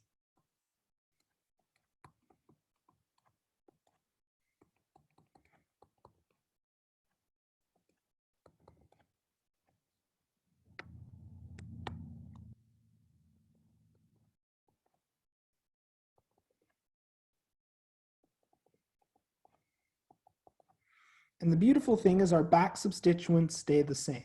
And I'm keeping a note of the dihedral angle because I'm eventually going to have to make a graph of energy as a function of dihedral angle. So let's keep going.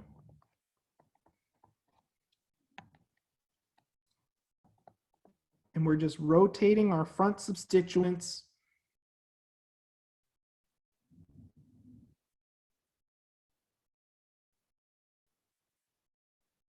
Yep. Everything looks good so far.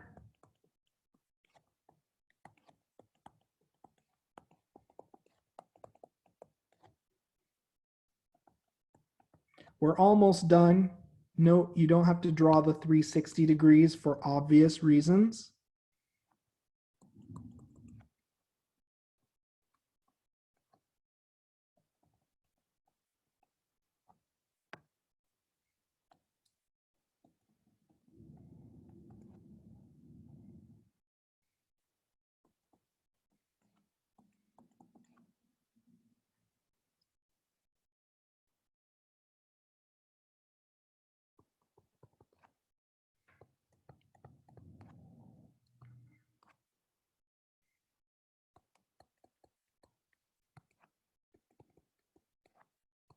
And you're more than welcome to use your model kit to check your work.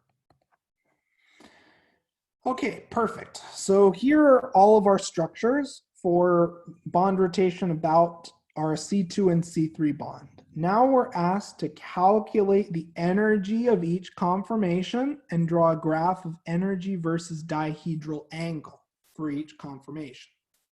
Okay, so let's just make some notes here. A methyl ethyl, so a methyl is approximately 11 kilojoules. A methyl ethyl would be around 13 kilojoules, just as an estimate. A methyl hydrogen eclipsing interaction. Let's pull up our table in our notes so that way we can remember where we're referencing this from. Let's open our chapter 4 notes. Oh, whoops, chapter 3, my bad.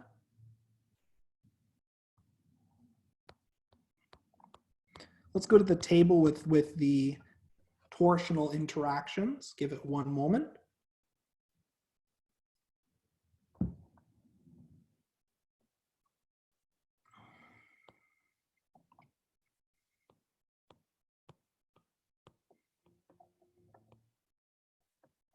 Just so that way you know what I'm referencing.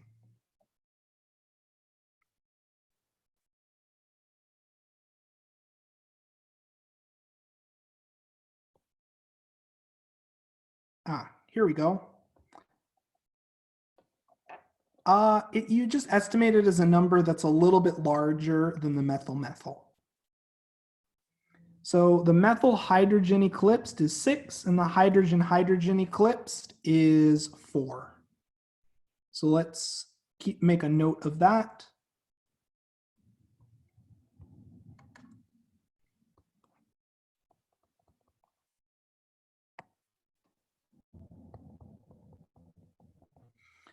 Okay, so let's take a look at our interactions. In our 0-degree structure, we have a methyl hydrogen eclipsing, which is 6. We have a methyl ethyl, which is around 13. And we have a hydrogen, which is around 4, which gives us about 23 kilojoules. For our 60-degree, we have a methyl-methyl, and we have a methyl-ethyl gauche. And we know that a methyl-ethyl gauche is approximately the same as a methyl-methyl, so it's about 4 kilojoules. So we have 2 of those, so that gives us around 8 kilojoules. For our 120 degrees, we have a methyl-ethyl, a hydrogen, and a methyl-hydrogen interaction. So again, this adds up 6. Oh, sorry. Well, let me write these in order. 6, 13, 4, and 6, which adds to 23 kilojoules. Do these energy values make sense so far? Does everyone understand where I'm getting these energy values and how I'm calculating the total interactions for these systems?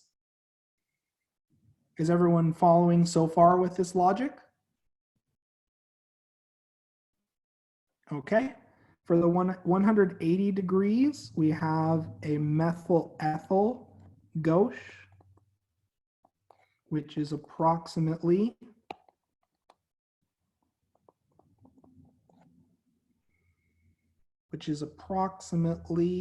around 4 kilojoules. So this staggered conformation appears to be lowest in energy. In general, if you have your bulky substituents, it's chapter 3.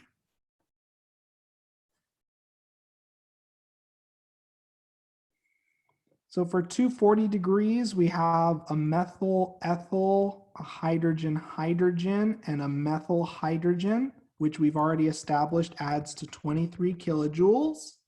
And for our 300 degrees, we have a methyl-ethyl, Gauss interaction times 2, which is 8 kilojoules. Yeah, it's just a little bit bumped up. This is all qualitative for the most part. You're giving rough numbers for the ones that aren't explicitly tabulated, just so that way you can recognize that it is slightly higher in magnitude, but not by much. And the main point of this is just be able to say, what is the lowest energy conformation, and how does that conformation influence potential reactivity pathways? But yes, I did increase it just a little bit because the ethyl group is just a little bit bulkier. Okay, so we now have each of our conformations.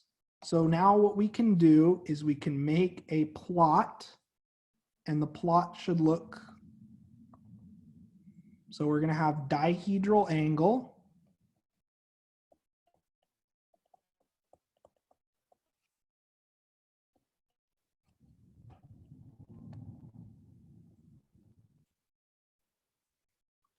Allow me one moment to reset OneNote really quickly.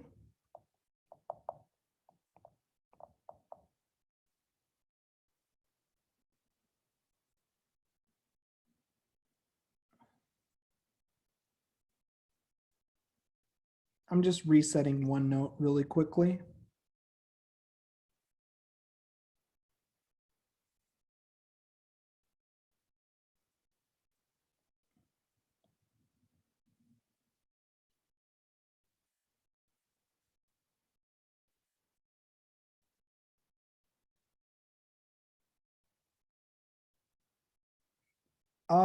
Yes, but yes, that is true. But the methyl Gauss interactions are viewed as negligible in terms of energetic penalty. The reason why the Gauss interactions occur is because the methyl groups take up a lot of space. So when they're brought relatively close together in space in terms of dihedral angle, they experience a repulsive interaction. So actually, like, even looking at our model, if we compare our methyl, if we compare our methyl and ethyl groups, they're physically close together in space, and that's why the Gauss interaction occurs. Well, if we compare the methyl group and a hydrogen, for example, they aren't very close together in space, so you don't really experience as much of a steric interaction. Does that address your question, Brandon? Yes, you don't. They're negligible. You only include them if they're eclipsing interactions. Yep. Okay, so in terms of making a plot,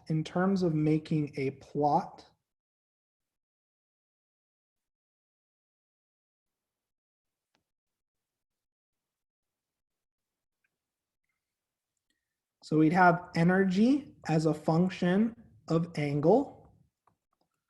So we'd have 0 degrees, 60 degrees, 120 degrees, 180,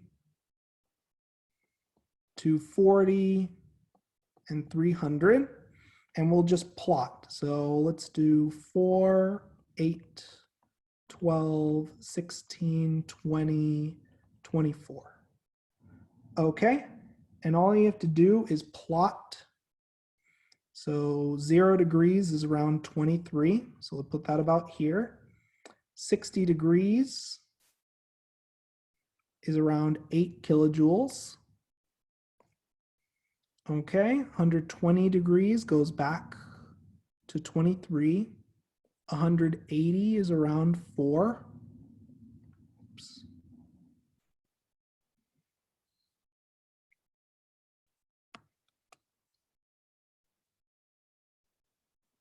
Let me just reset OneNote one more time. Sometimes it gets temperamental when I have too many drawings on the page. Okay, perfect. So 180 degrees is around 4. 240 is around 23. And 300 is around 12. And all we have to do is just make a smooth line between our curves. And that's it. So this is a plot of energy as a function of dihedral angle. And we've noticed immediately that the 180-degree dihedral angle conformation, or the staggered conformation, is lowest in energy. So as per my instructions, I'm going to circle it.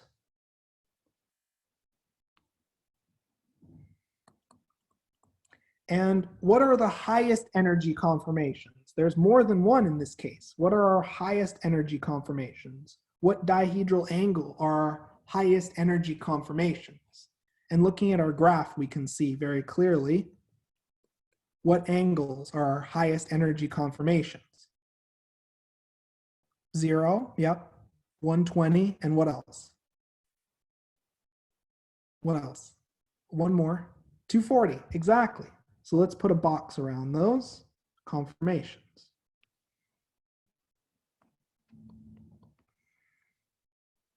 And OneNote gets very unhappy when you have this many structures on a page. One moment. Yep, you're exactly right. So 0, 120, and 240. These are our eclipsed conformation angles.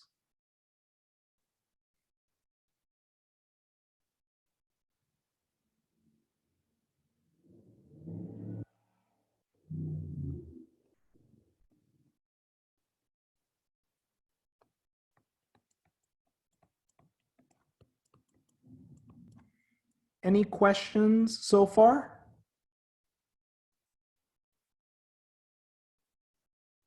Oh, what was different?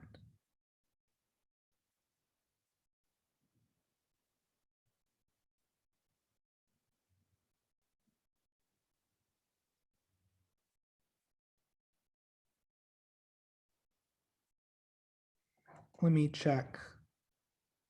Oh, you are right. We ended up flipping. Yeah, let's get that corrected.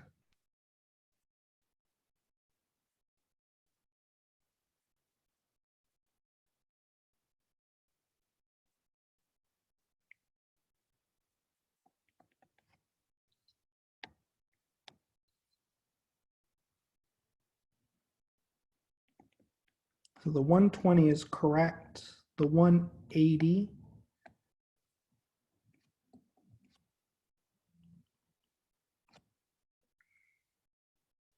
looks like this, and the energy is the same. The 240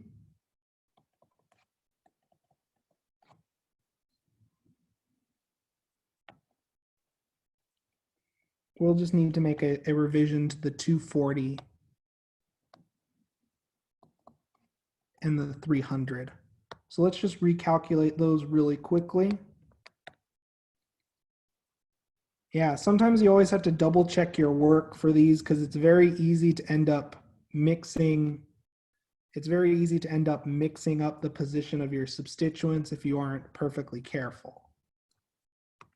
So let's do some energy analysis. We have an ethyl hydrogen.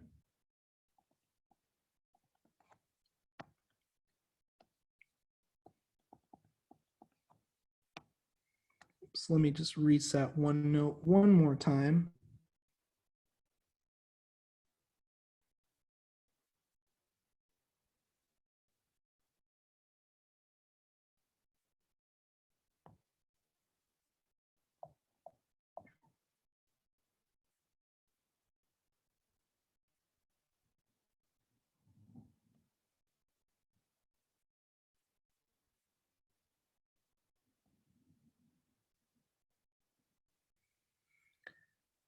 Okay, so let's just do some calculations really quickly.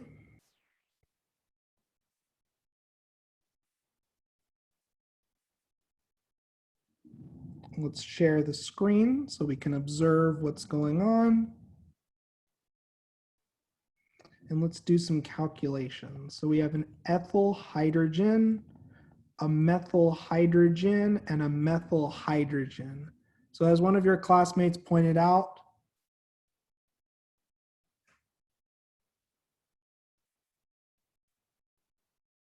So is one of your, it doesn't matter where you start. It doesn't matter where you start. Not at all.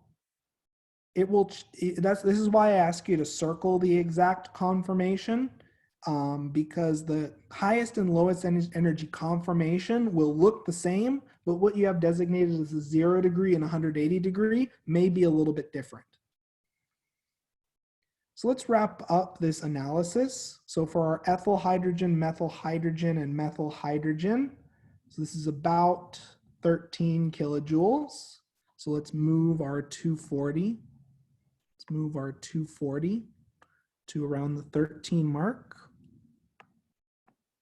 Let's now adjust our 300 degree structure. So we made a small mistake and we accidentally drew our substituents in the wrong position when we were translating our Newman projection. These mistakes happen. It's always good to know how to fix it. We have a methyl-ethyl gauche interaction,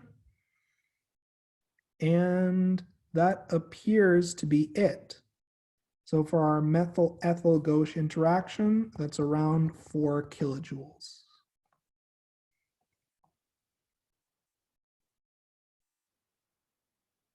Okay, so now all we have to do is connect our line of energy as a function of dihedral angle.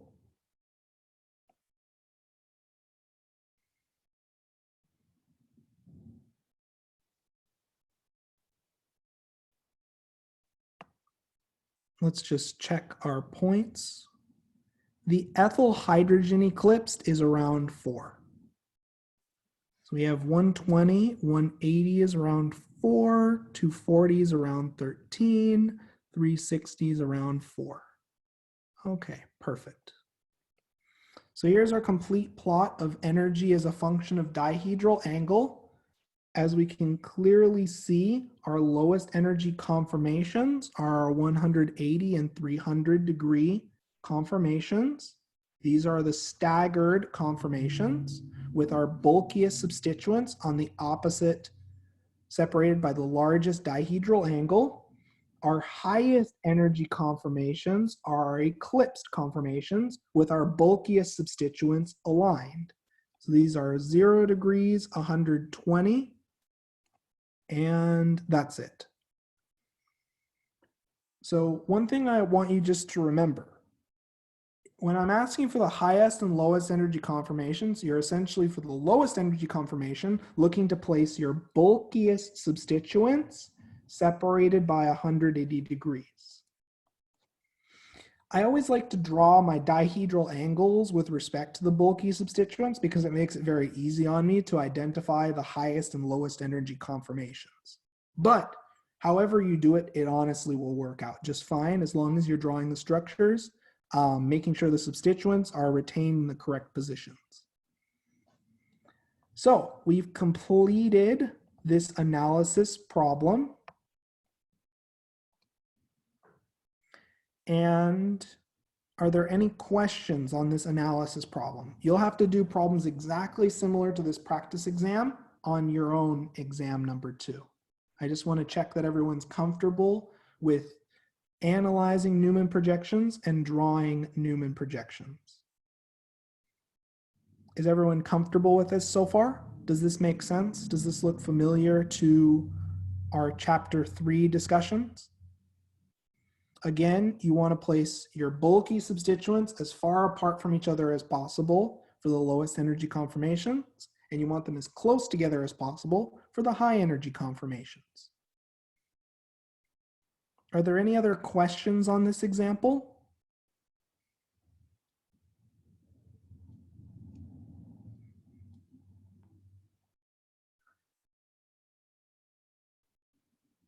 Okay, let's keep going then.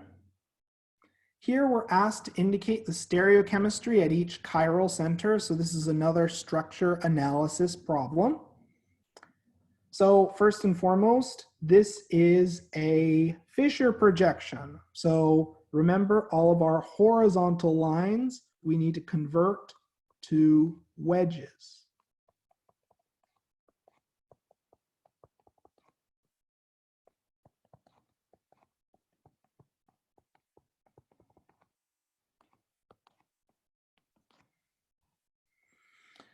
Okay, so all of our horizontal lines are wedges, all of our vertical lines are dashes.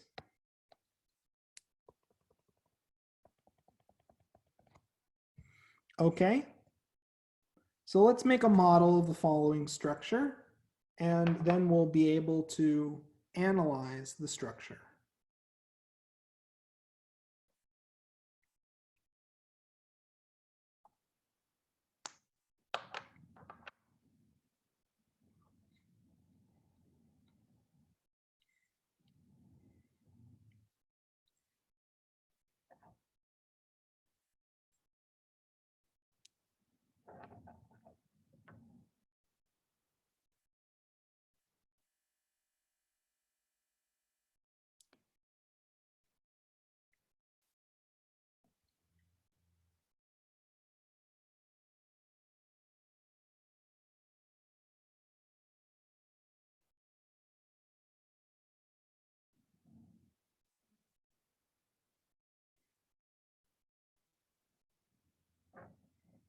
Almost there, just putting together this structure right now.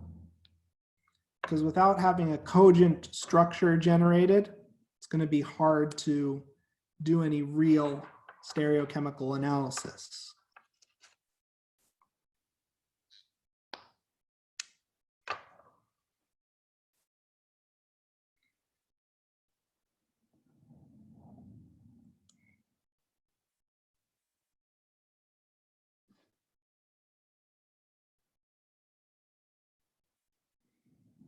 Okay, so here is our structure view. We're going to start from our first carbon. Okay, so we have our OH on the left-hand side going out of the plane of the page. We have our chlorine on also the left-hand side going out of the plane of the page. Now what we're going to do is we're going to focus on each chiral center individually. And so let's start, and I'm just going to call this entire chunk here R for now, just a random alkyl group. We'll worry about priority in a moment. Okay, so looking at this carbon, we're going to rotate our molecule so this hydrogen is in the back. So we're going to rotate our molecule so the hydrogen is in the back. Now all we have to do is draw what we see.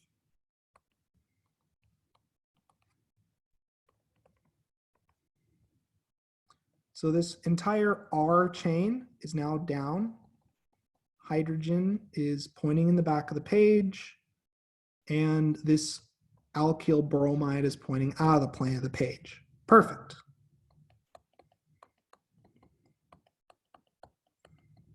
Okay, now all we have to do is worry about priority. So what is the highest priority group? A, B, C. What's the highest priority? Immediately. This one should be pretty fast. What's the highest priority? A, B, or C? A is priority 1. Now comparing B and C, what is higher priority? B or C? Which carbon has the highest priority group? B, exactly right. Okay, so going from highest to lowest priority, are we going clockwise or counterclockwise? Do we have an R or S configuration? S, exactly right. Perfect, perfect. Let's do the exact same process. Let's repeat this process for our second carbon. And I'm just going to call this top chunk R, just to make it easier for me to visualize. Okay, so here we go. So we're going to take this carbon and we're going to rotate it so that the hydrogen is in the back. Okay, so I have rotated my molecule so the hydrogen is in the back. Now all I have to do is just draw what I see. Okay, I have my chlorine on the right, my carboxylic acid on the left, and this giant bulky R group I'm now going to draw out. Okay, and the hydrogens in the back. Okay, perfect. So now let's just assign the configuration at this center by assigning priority. Of course, the chlorine's priority 1, and then comparing what is higher priority, group B or group C? What is higher priority, B or C? Oh, whoops.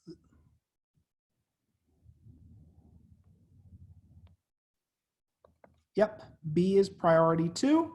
So now we trace from our highest to our lowest priority group. Whoops. One moment.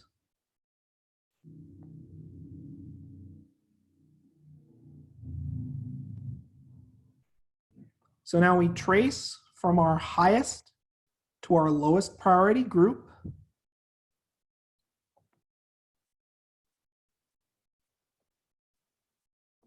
And going from priority 1 to priority 3, are we going clockwise or counterclockwise? Is this R or S?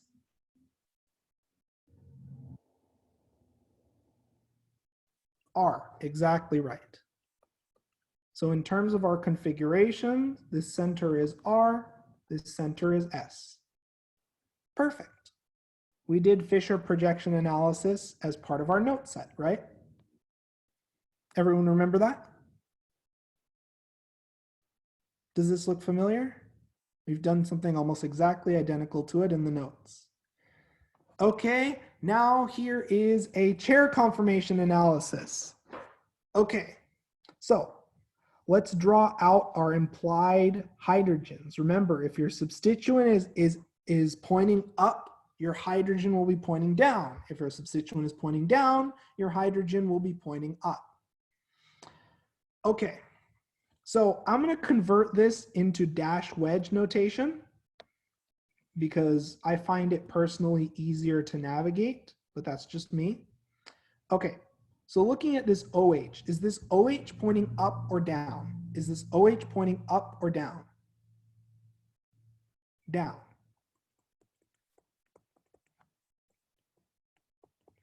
Okay, good. Now, is this methyl pointing up or down? Is this methyl pointing up or down? Up. So we're going to draw the methyl with a wedge, the hydrogen with a dash. Is the bromine pointing up or down? Is the bromine pointing up or down?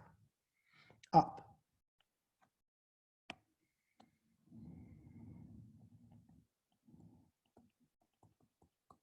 Okay, so most of our work has already been done.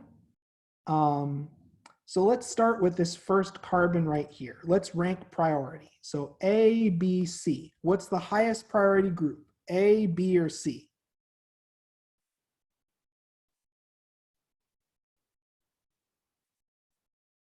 Our hydrogen's already in the back. A is our highest priority, yep. What's our next highest priority? B or C?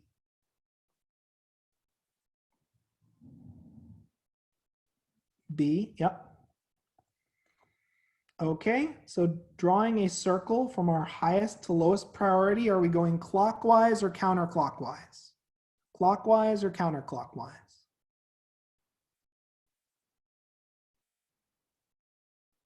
Clockwise, so our first stereocenter is R.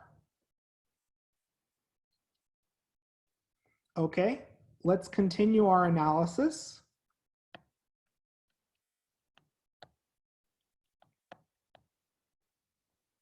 So let's look at our second stereocenter. Is our hydrogen in the back? Is our lowest priority group in the back for our second center?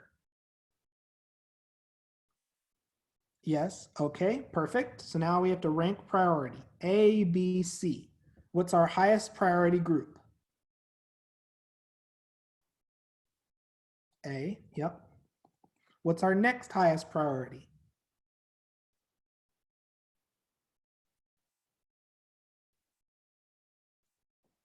Okay, and what is our lowest priority?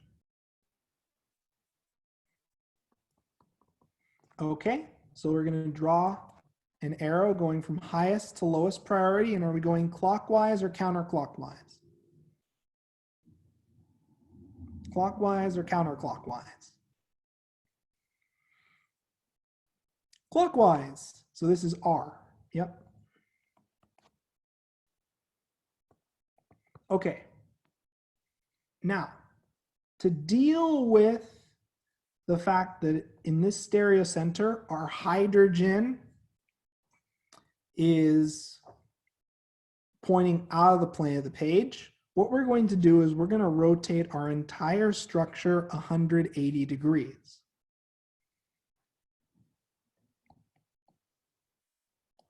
So sort of like flipping a pancake over.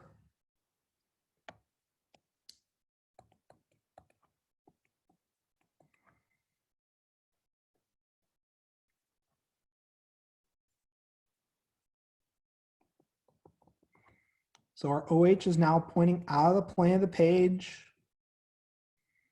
Our bromine is pointing into the plane of the page, and our methyl is pointing into the plane of the page. Do I need to make a model to showcase that? Is everyone able to visualize what I just did on paper? Don't be shy to speak up. I really want to make sure that this is easy for you to visualize and make sense. You know, since I have the model kit here, I'm gonna put it together just to show this.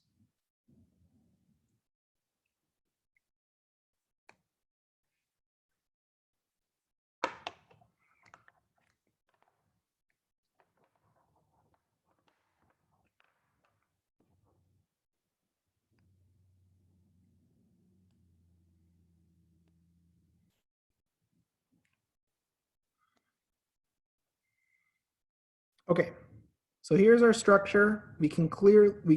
Okay, oops.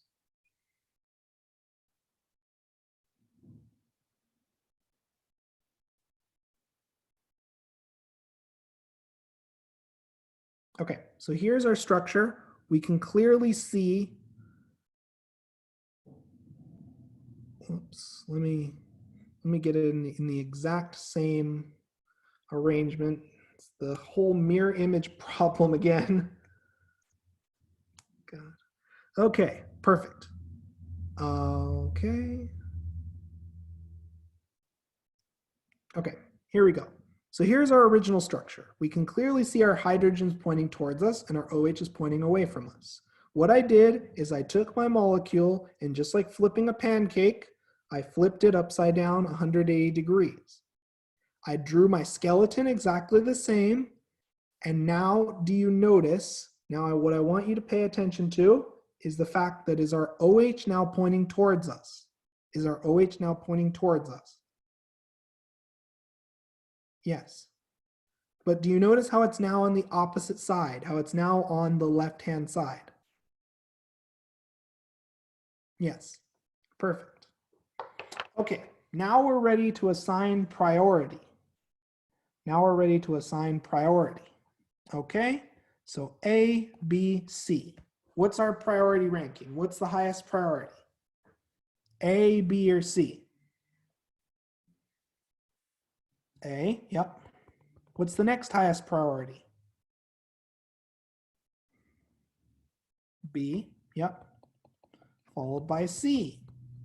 So we draw an arrow from highest to lowest priority. Is this center R or S?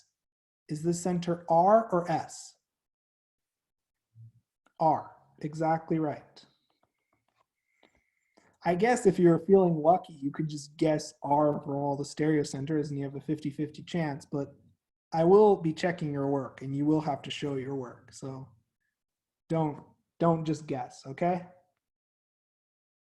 We have the tools to think things through. And if you ever want to check when you're working on the homework, Marvin Sketch is a wonderful tool. Does this example make sense to everyone? We're almost done with this exam.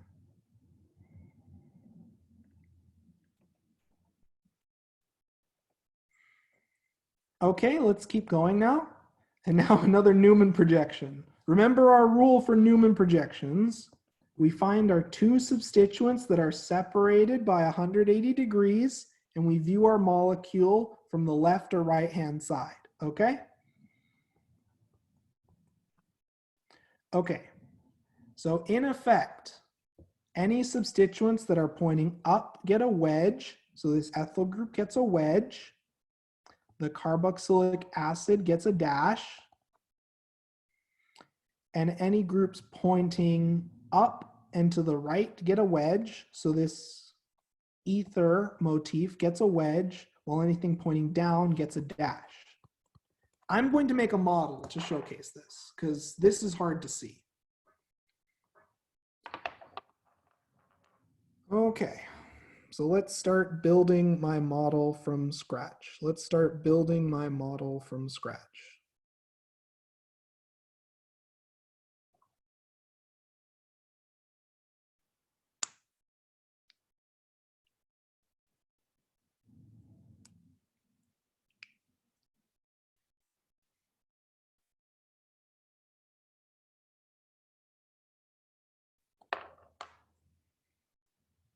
Just out of curiosity, does everyone here is comfortable using a model kit? I know they're also available via Amazon if you're suddenly saying, wow, these model kits are so cool and appear to save so much hassle. They're also available via Amazon.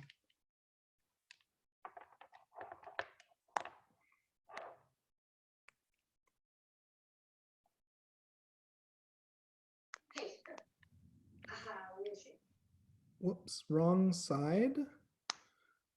Again, the camera I'm using is a mirror image. That's why I keep holding the model up to the camera and checking. Okay, so we have our front portion of the model built. Now let's deal with the back portion of our model.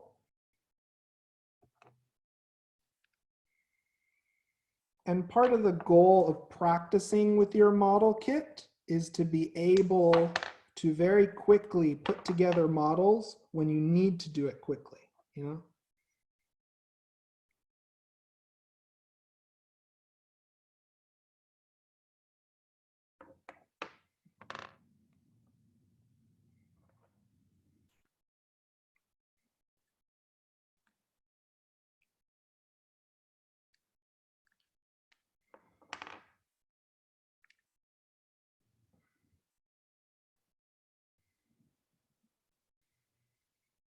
Any questions while we're putting together the model kit? Any questions while we're putting together our model?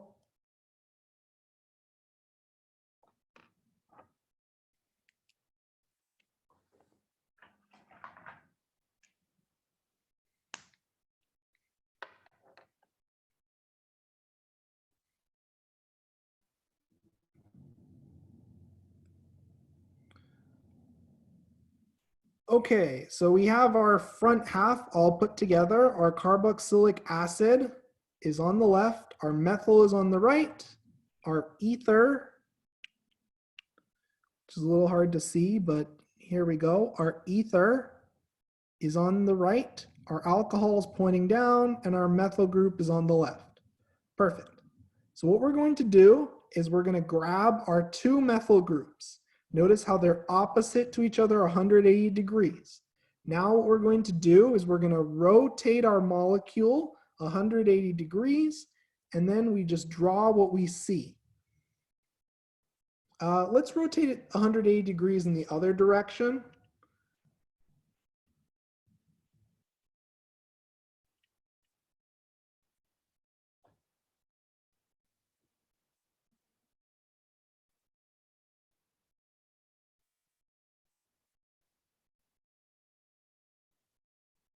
Okay, and now all we have to do is draw what we see.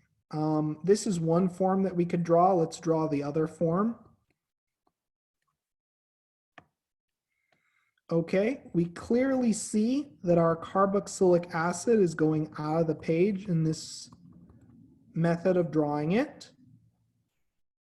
And our ethyl group is going into the page. My question to all of you is, looking at our alcohol, is our alcohol going out of the page or into the page? Out or in? These two structures are identical, by the way.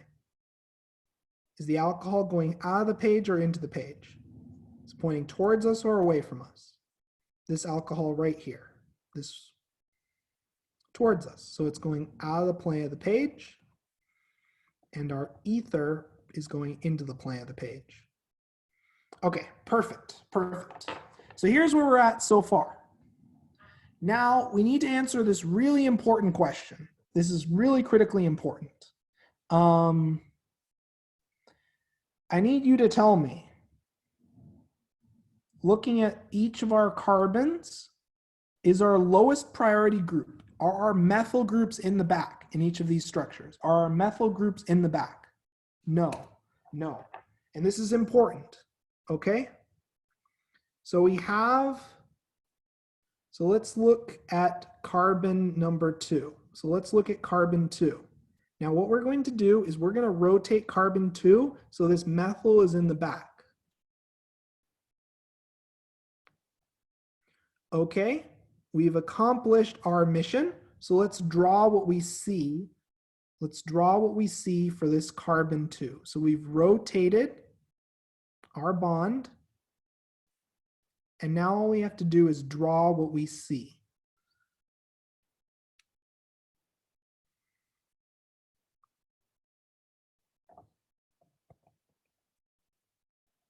So we have our carboxylic acid to the left. We have our ethyl group pointing down. We have our hydrogen to the right, and we have the rest of this junk.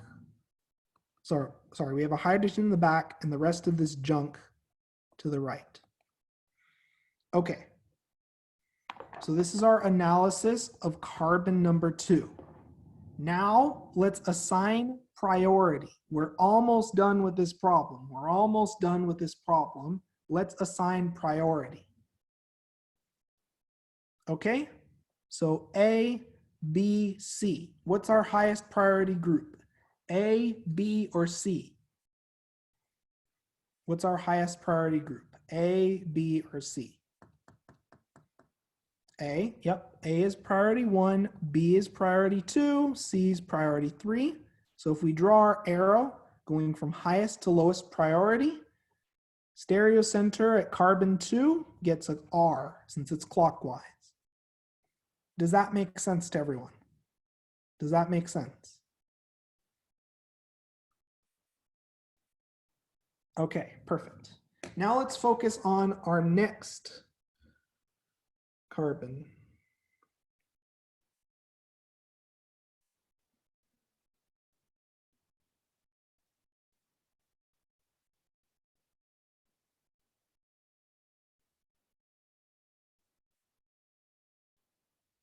Okay, so let's now focus on carbon number 2. So we're focusing now on carbon number 2. And now what we're going to do is we're going to rotate carbon 2 so this methyl group is in the back. So let's rotate carbon 2 so the methyl group is in the back.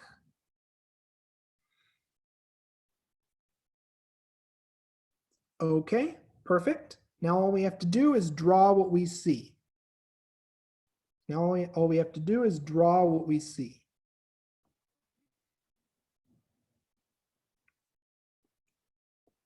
So we have our ether to the right, our alcohol on the bottom, and the rest of this stuff in our molecule to the left.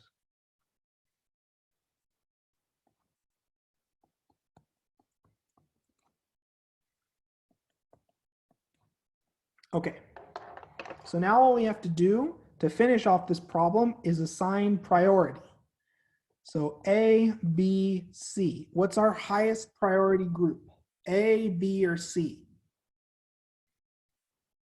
B, yep. B gets priority 1. What's next? What's next? A, yep. And finally, C is our lowest priority. We draw an arrow from the highest to lowest priority. And what is our configuration? Is it R or S? R, exactly right. Perfect. There we go. These examples were also showcased in the homework. So if you've been working on the homework and Canvas quizzes, these should look very similar. Does this make sense to everyone so far? Is everyone comfortable with this idea? Okay, perfect. Okay, now for some easy problems. So we have to draw the lowest and highest energy conformations. So by definition, one of the conformations will be lowest and the other will be the highest for a chair conformation. I should really specify that I'm asking for chair. Don't want people drawing half chair conformations now, do I? Okay, so I'm going to designate this as carbon 1. So equatorial, axial, equatorial. Since there's a difference between wedge and dash notation, this gets switched to equatorial. Okay, so at carbon 1, my T-butyl group is going to be pointing down in the equatorial position. My ethyl group will be pointing up in the equatorial position, and my hydroxy group will be pointing down in the equatorial position. Okay, after a chair flip, whoa. Yeah, OneNote's getting pretty unhappy with some of these structures. One moment. Okay, so just redrawing really quickly. So we have our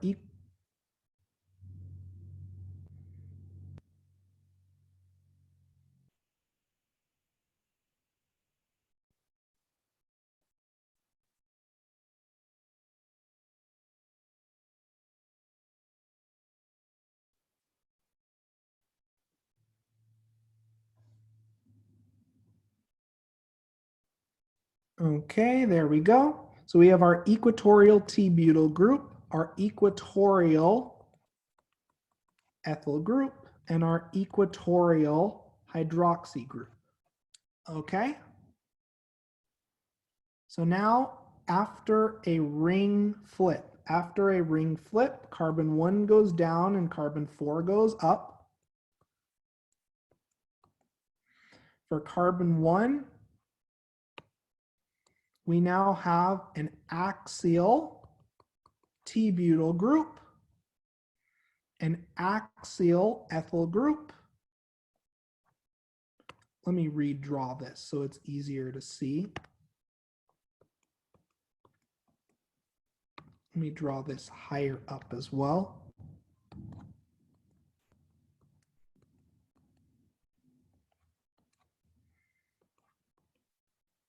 Now we have an axial T-butyl group, an axial ethyl group, and an axial hydroxy group.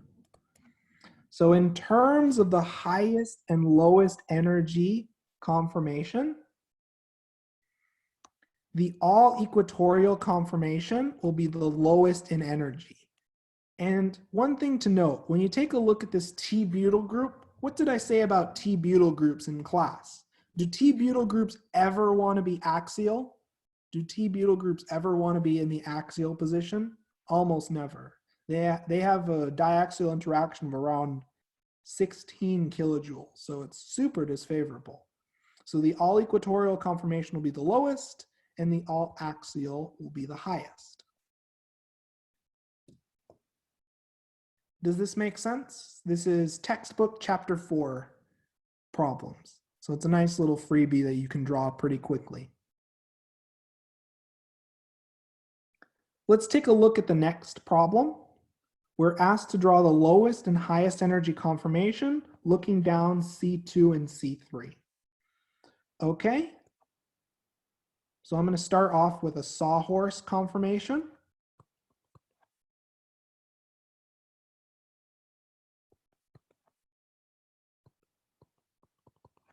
Stereochemistry is unclear at this point. So we'll just pick one of the stereoisomers and draw it. Actually, there are stereoisomers in this case, but don't worry about them. I just want you to draw one of the stereoisomers and draw the lowest and highest energy conformations. Okay, so we started off with the sawhorse configuration, and now we can move on to a Newman configuration.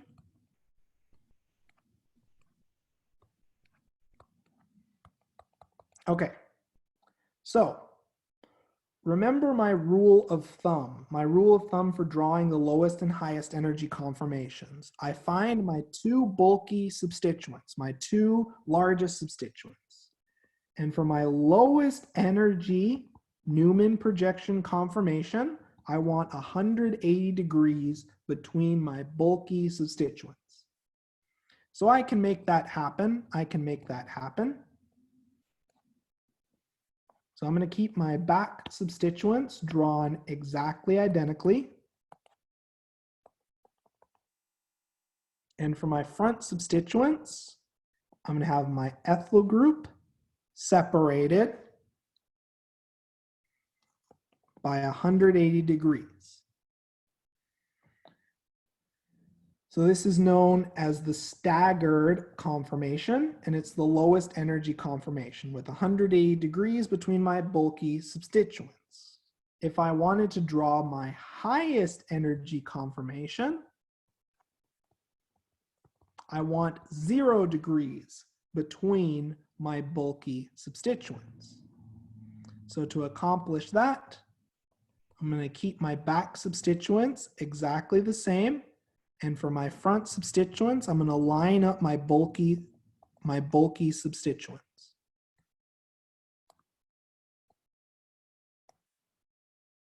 Here we go. So this would be our highest energy conformation. Does this idea look familiar to everyone? Is everyone comfortable with this idea? Any questions so far? Don't be shy to stop me on this.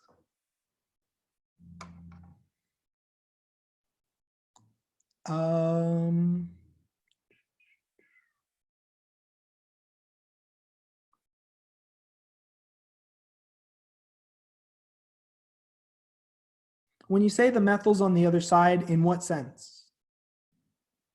In the front carbon, if you rotated it, so if we rotated it just 60 degrees, both the methyls will be on the left-hand side. Does that answer your question?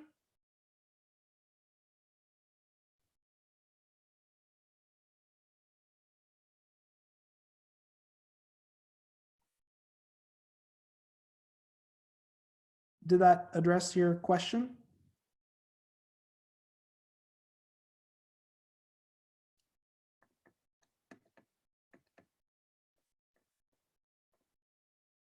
Perfect, perfect. Any other questions on these examples?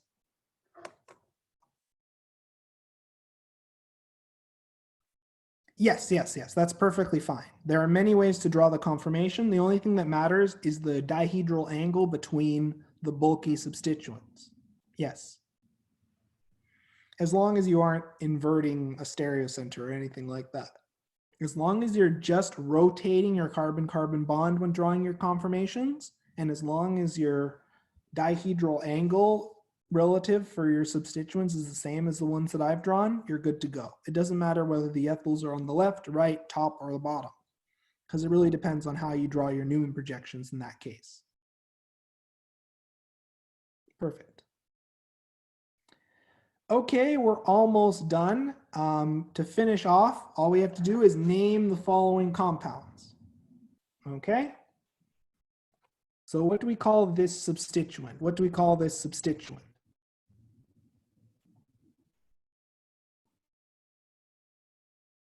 What do we call this substituent? T-butyl. Okay, and this is a methyl. Now, be very careful with this problem. Be very careful with this problem, because this is one that looks easy if you aren't paying attention to what the question's asking. So I'm asking you to name this exact compound, right? So then in naming, do you have to include the stereochemistry? In naming, do you have to include the stereochemistry?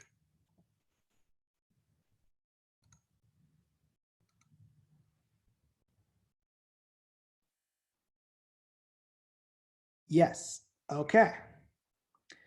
Okay, so alphabetically, we can either name 1, 2, 3, 4,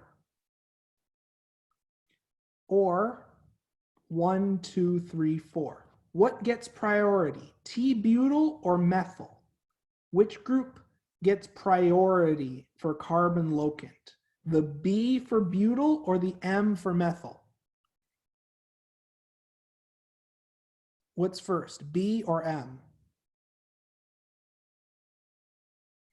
B. So this is 1 T-butyl, 4 methyl cyclohexane. Hexane because we have 6 carbons. However, we're missing the stereochemistry.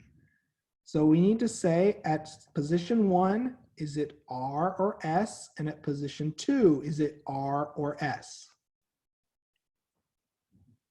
Ah, yes, that's another way of naming it. Cis or trans. And in this case, our substituents, one is up, the other is down.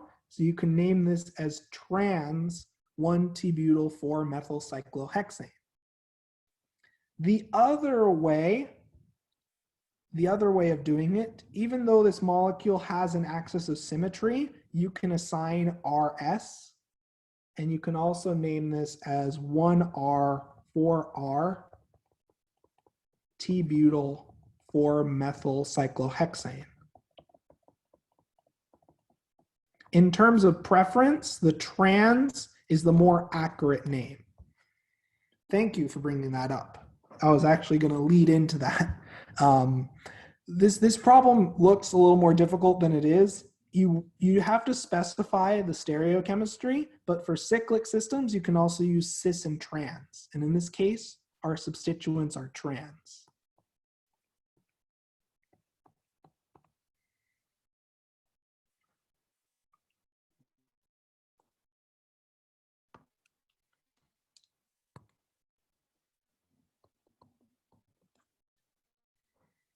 Yes, the T-butyl still gets the 1 in front of it. Yeah.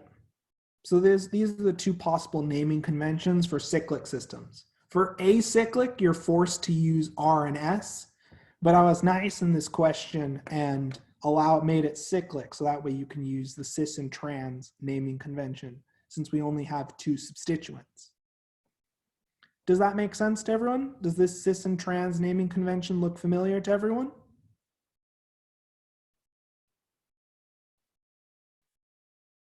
Okay, perfect. Okay, last one to deal with. So let's take a look at the following structure and let's try to find our longest carbon chain. So 1, 2, 3, 4, 5, 6, that's one option. The other option is to count 1, 2, 3, 4, 5, 6. So we want the longest most branched chain. So is the counting method in black or red preferred? Red, okay. Okay, so this is 6 carbons, so this is a hexane. Okay, now all we have to do is just string together our locant numbers. So we have 2, 4, dimethyl, and we have 3 ethyl. So what goes first? Ethyl. So in terms of di, tri, tetra, is the di included in alphabetical order? Do we care about the D or the M for dimethyl? In other words, what goes first? Dimethyl or ethyl? What goes first? You ignore the prefixes, so the ethyl goes first. That's exactly right. So we have 3-ethyl 2,4-dimethyl hexane. That's a mouthful. Does that make sense to everyone? Is everyone comfortable with this idea so far?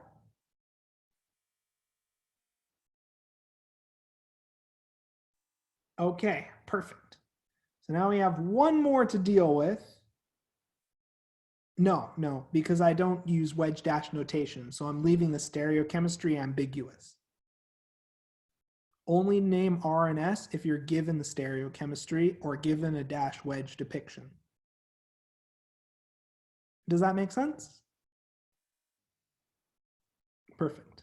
So let's look at this last structure. So we have an ethyl group that's up, we have a methyl group that's down, and a methyl group that's down. So I'm going to draw this in dash wedge notation. The ethyl gets a wedge, the methyl gets a dash, ethyl gets a wedge, the methyl gets a dash, methyl gets a dash.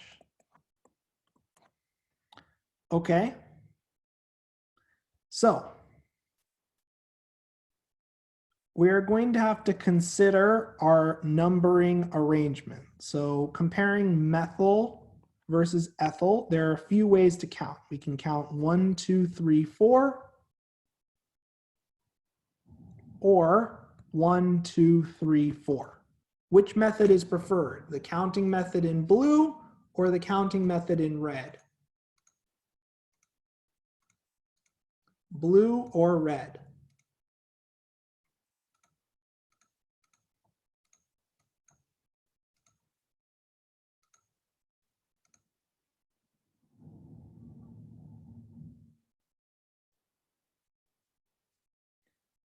So we want to have our lowest carbon locant numbers for all of our substituents. So does the method in red or blue give us the lowest locant numbers for all of our substituents? So what's preferred? 1, 2 dimethyl, 4 ethyl. Let's not worry about the ordering for now. Or 1 ethyl, 3, 4 dimethyl. And as we notice, the first counting method gives the lowest locant number to our second substituent. So the counting method in red is preferred. So we have 4 ethyl, 1, 2 dimethyl cyclohexane.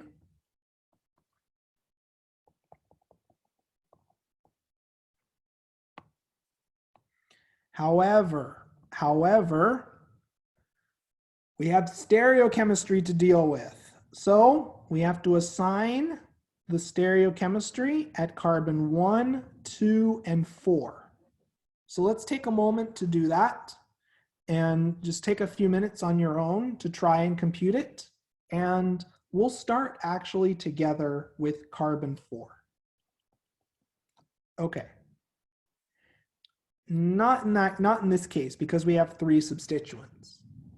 Not in this case, because we have 3 substituents. So now we're forced to use RS notation.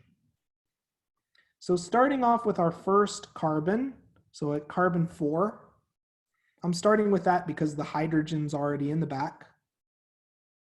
So looking at A, B, or C, what is our highest priority group? B, A, or C? Which one's the highest priority group?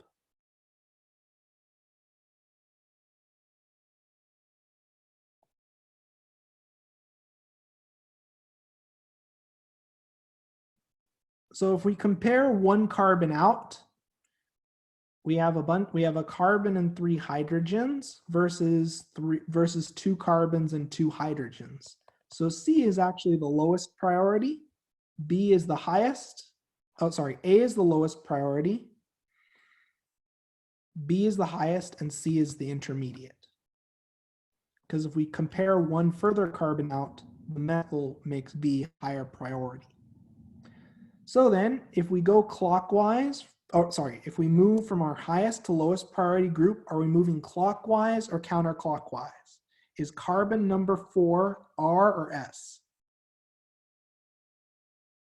S. So this would be 4S. Okay. Now, I'm going to flip my cyclohexane ring. I'm going to flip my cyclohexane ring to make my life a little bit easier. So I'm flipping my cyclohexane ring 180 degrees.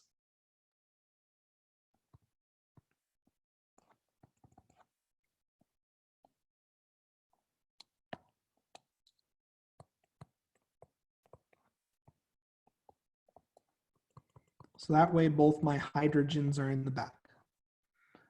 Now we're going to assign priority. So let's start this process again with carbon 1. So A, B, or C. What's the highest priority group? A, B, or C?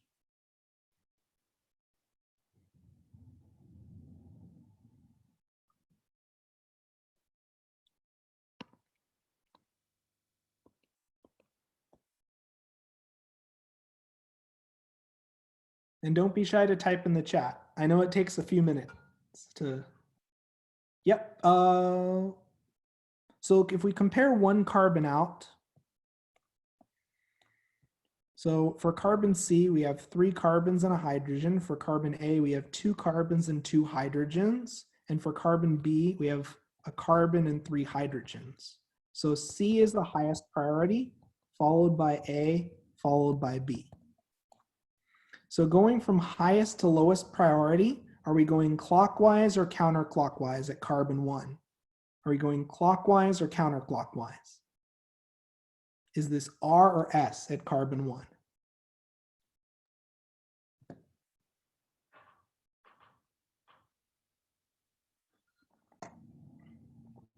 S, exactly right. Perfect. Okay, let's keep going now. Let's redraw our molecule, still flipped. And let's focus now on carbon 2.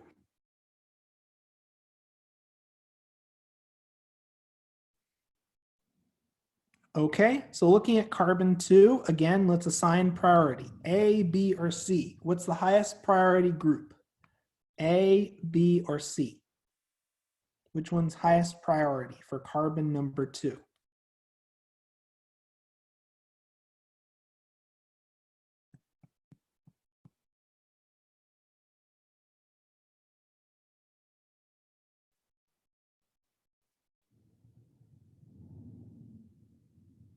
A, okay, so A gets priority 1, followed by C, which is priority 2, and B, which is priority 3. So going from highest to lowest priority, are we going clockwise or counterclockwise? Is it R or S? R. So the full name would be 1S, 2R, 4S, 4-ethyl, 1,2-dimethyl cyclohexane. And that's the full name for this compound.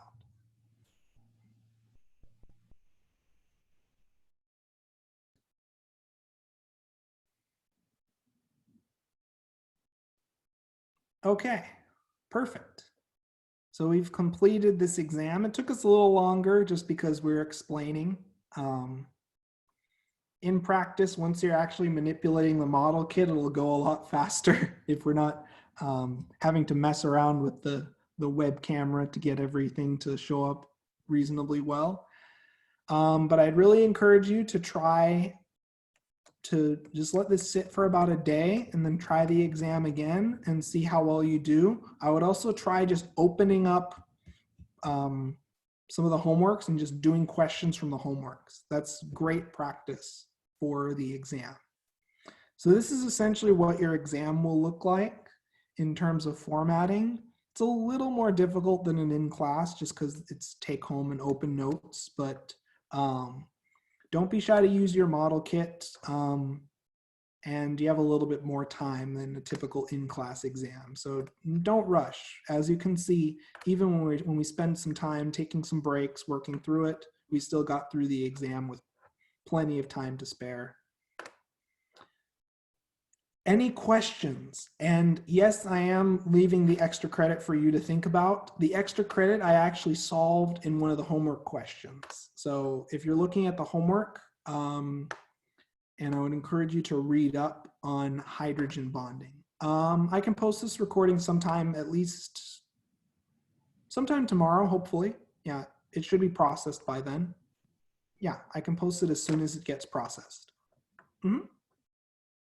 Homework on Canvas. Yeah, the homework on Canvas. The book is good. The book is good though. Though I would focus mainly on the challenge questions in the book. But really any source that you can for practice, as long as it's a new question. Since for a lot of organic problems, once you've seen them, they're sort of hard to forget. The exam's already posted. The exam's posted, it's under quizzes. The download link is on Canvas. Mm-hmm. So all the homeworks on Canvas currently are for points in the homework and quizzes category. Nothing's for extra credit, but you may want to look through the homework one more time because there will be an extra credit on question on the exam related to the homework. Does that make sense? Ah, perfect.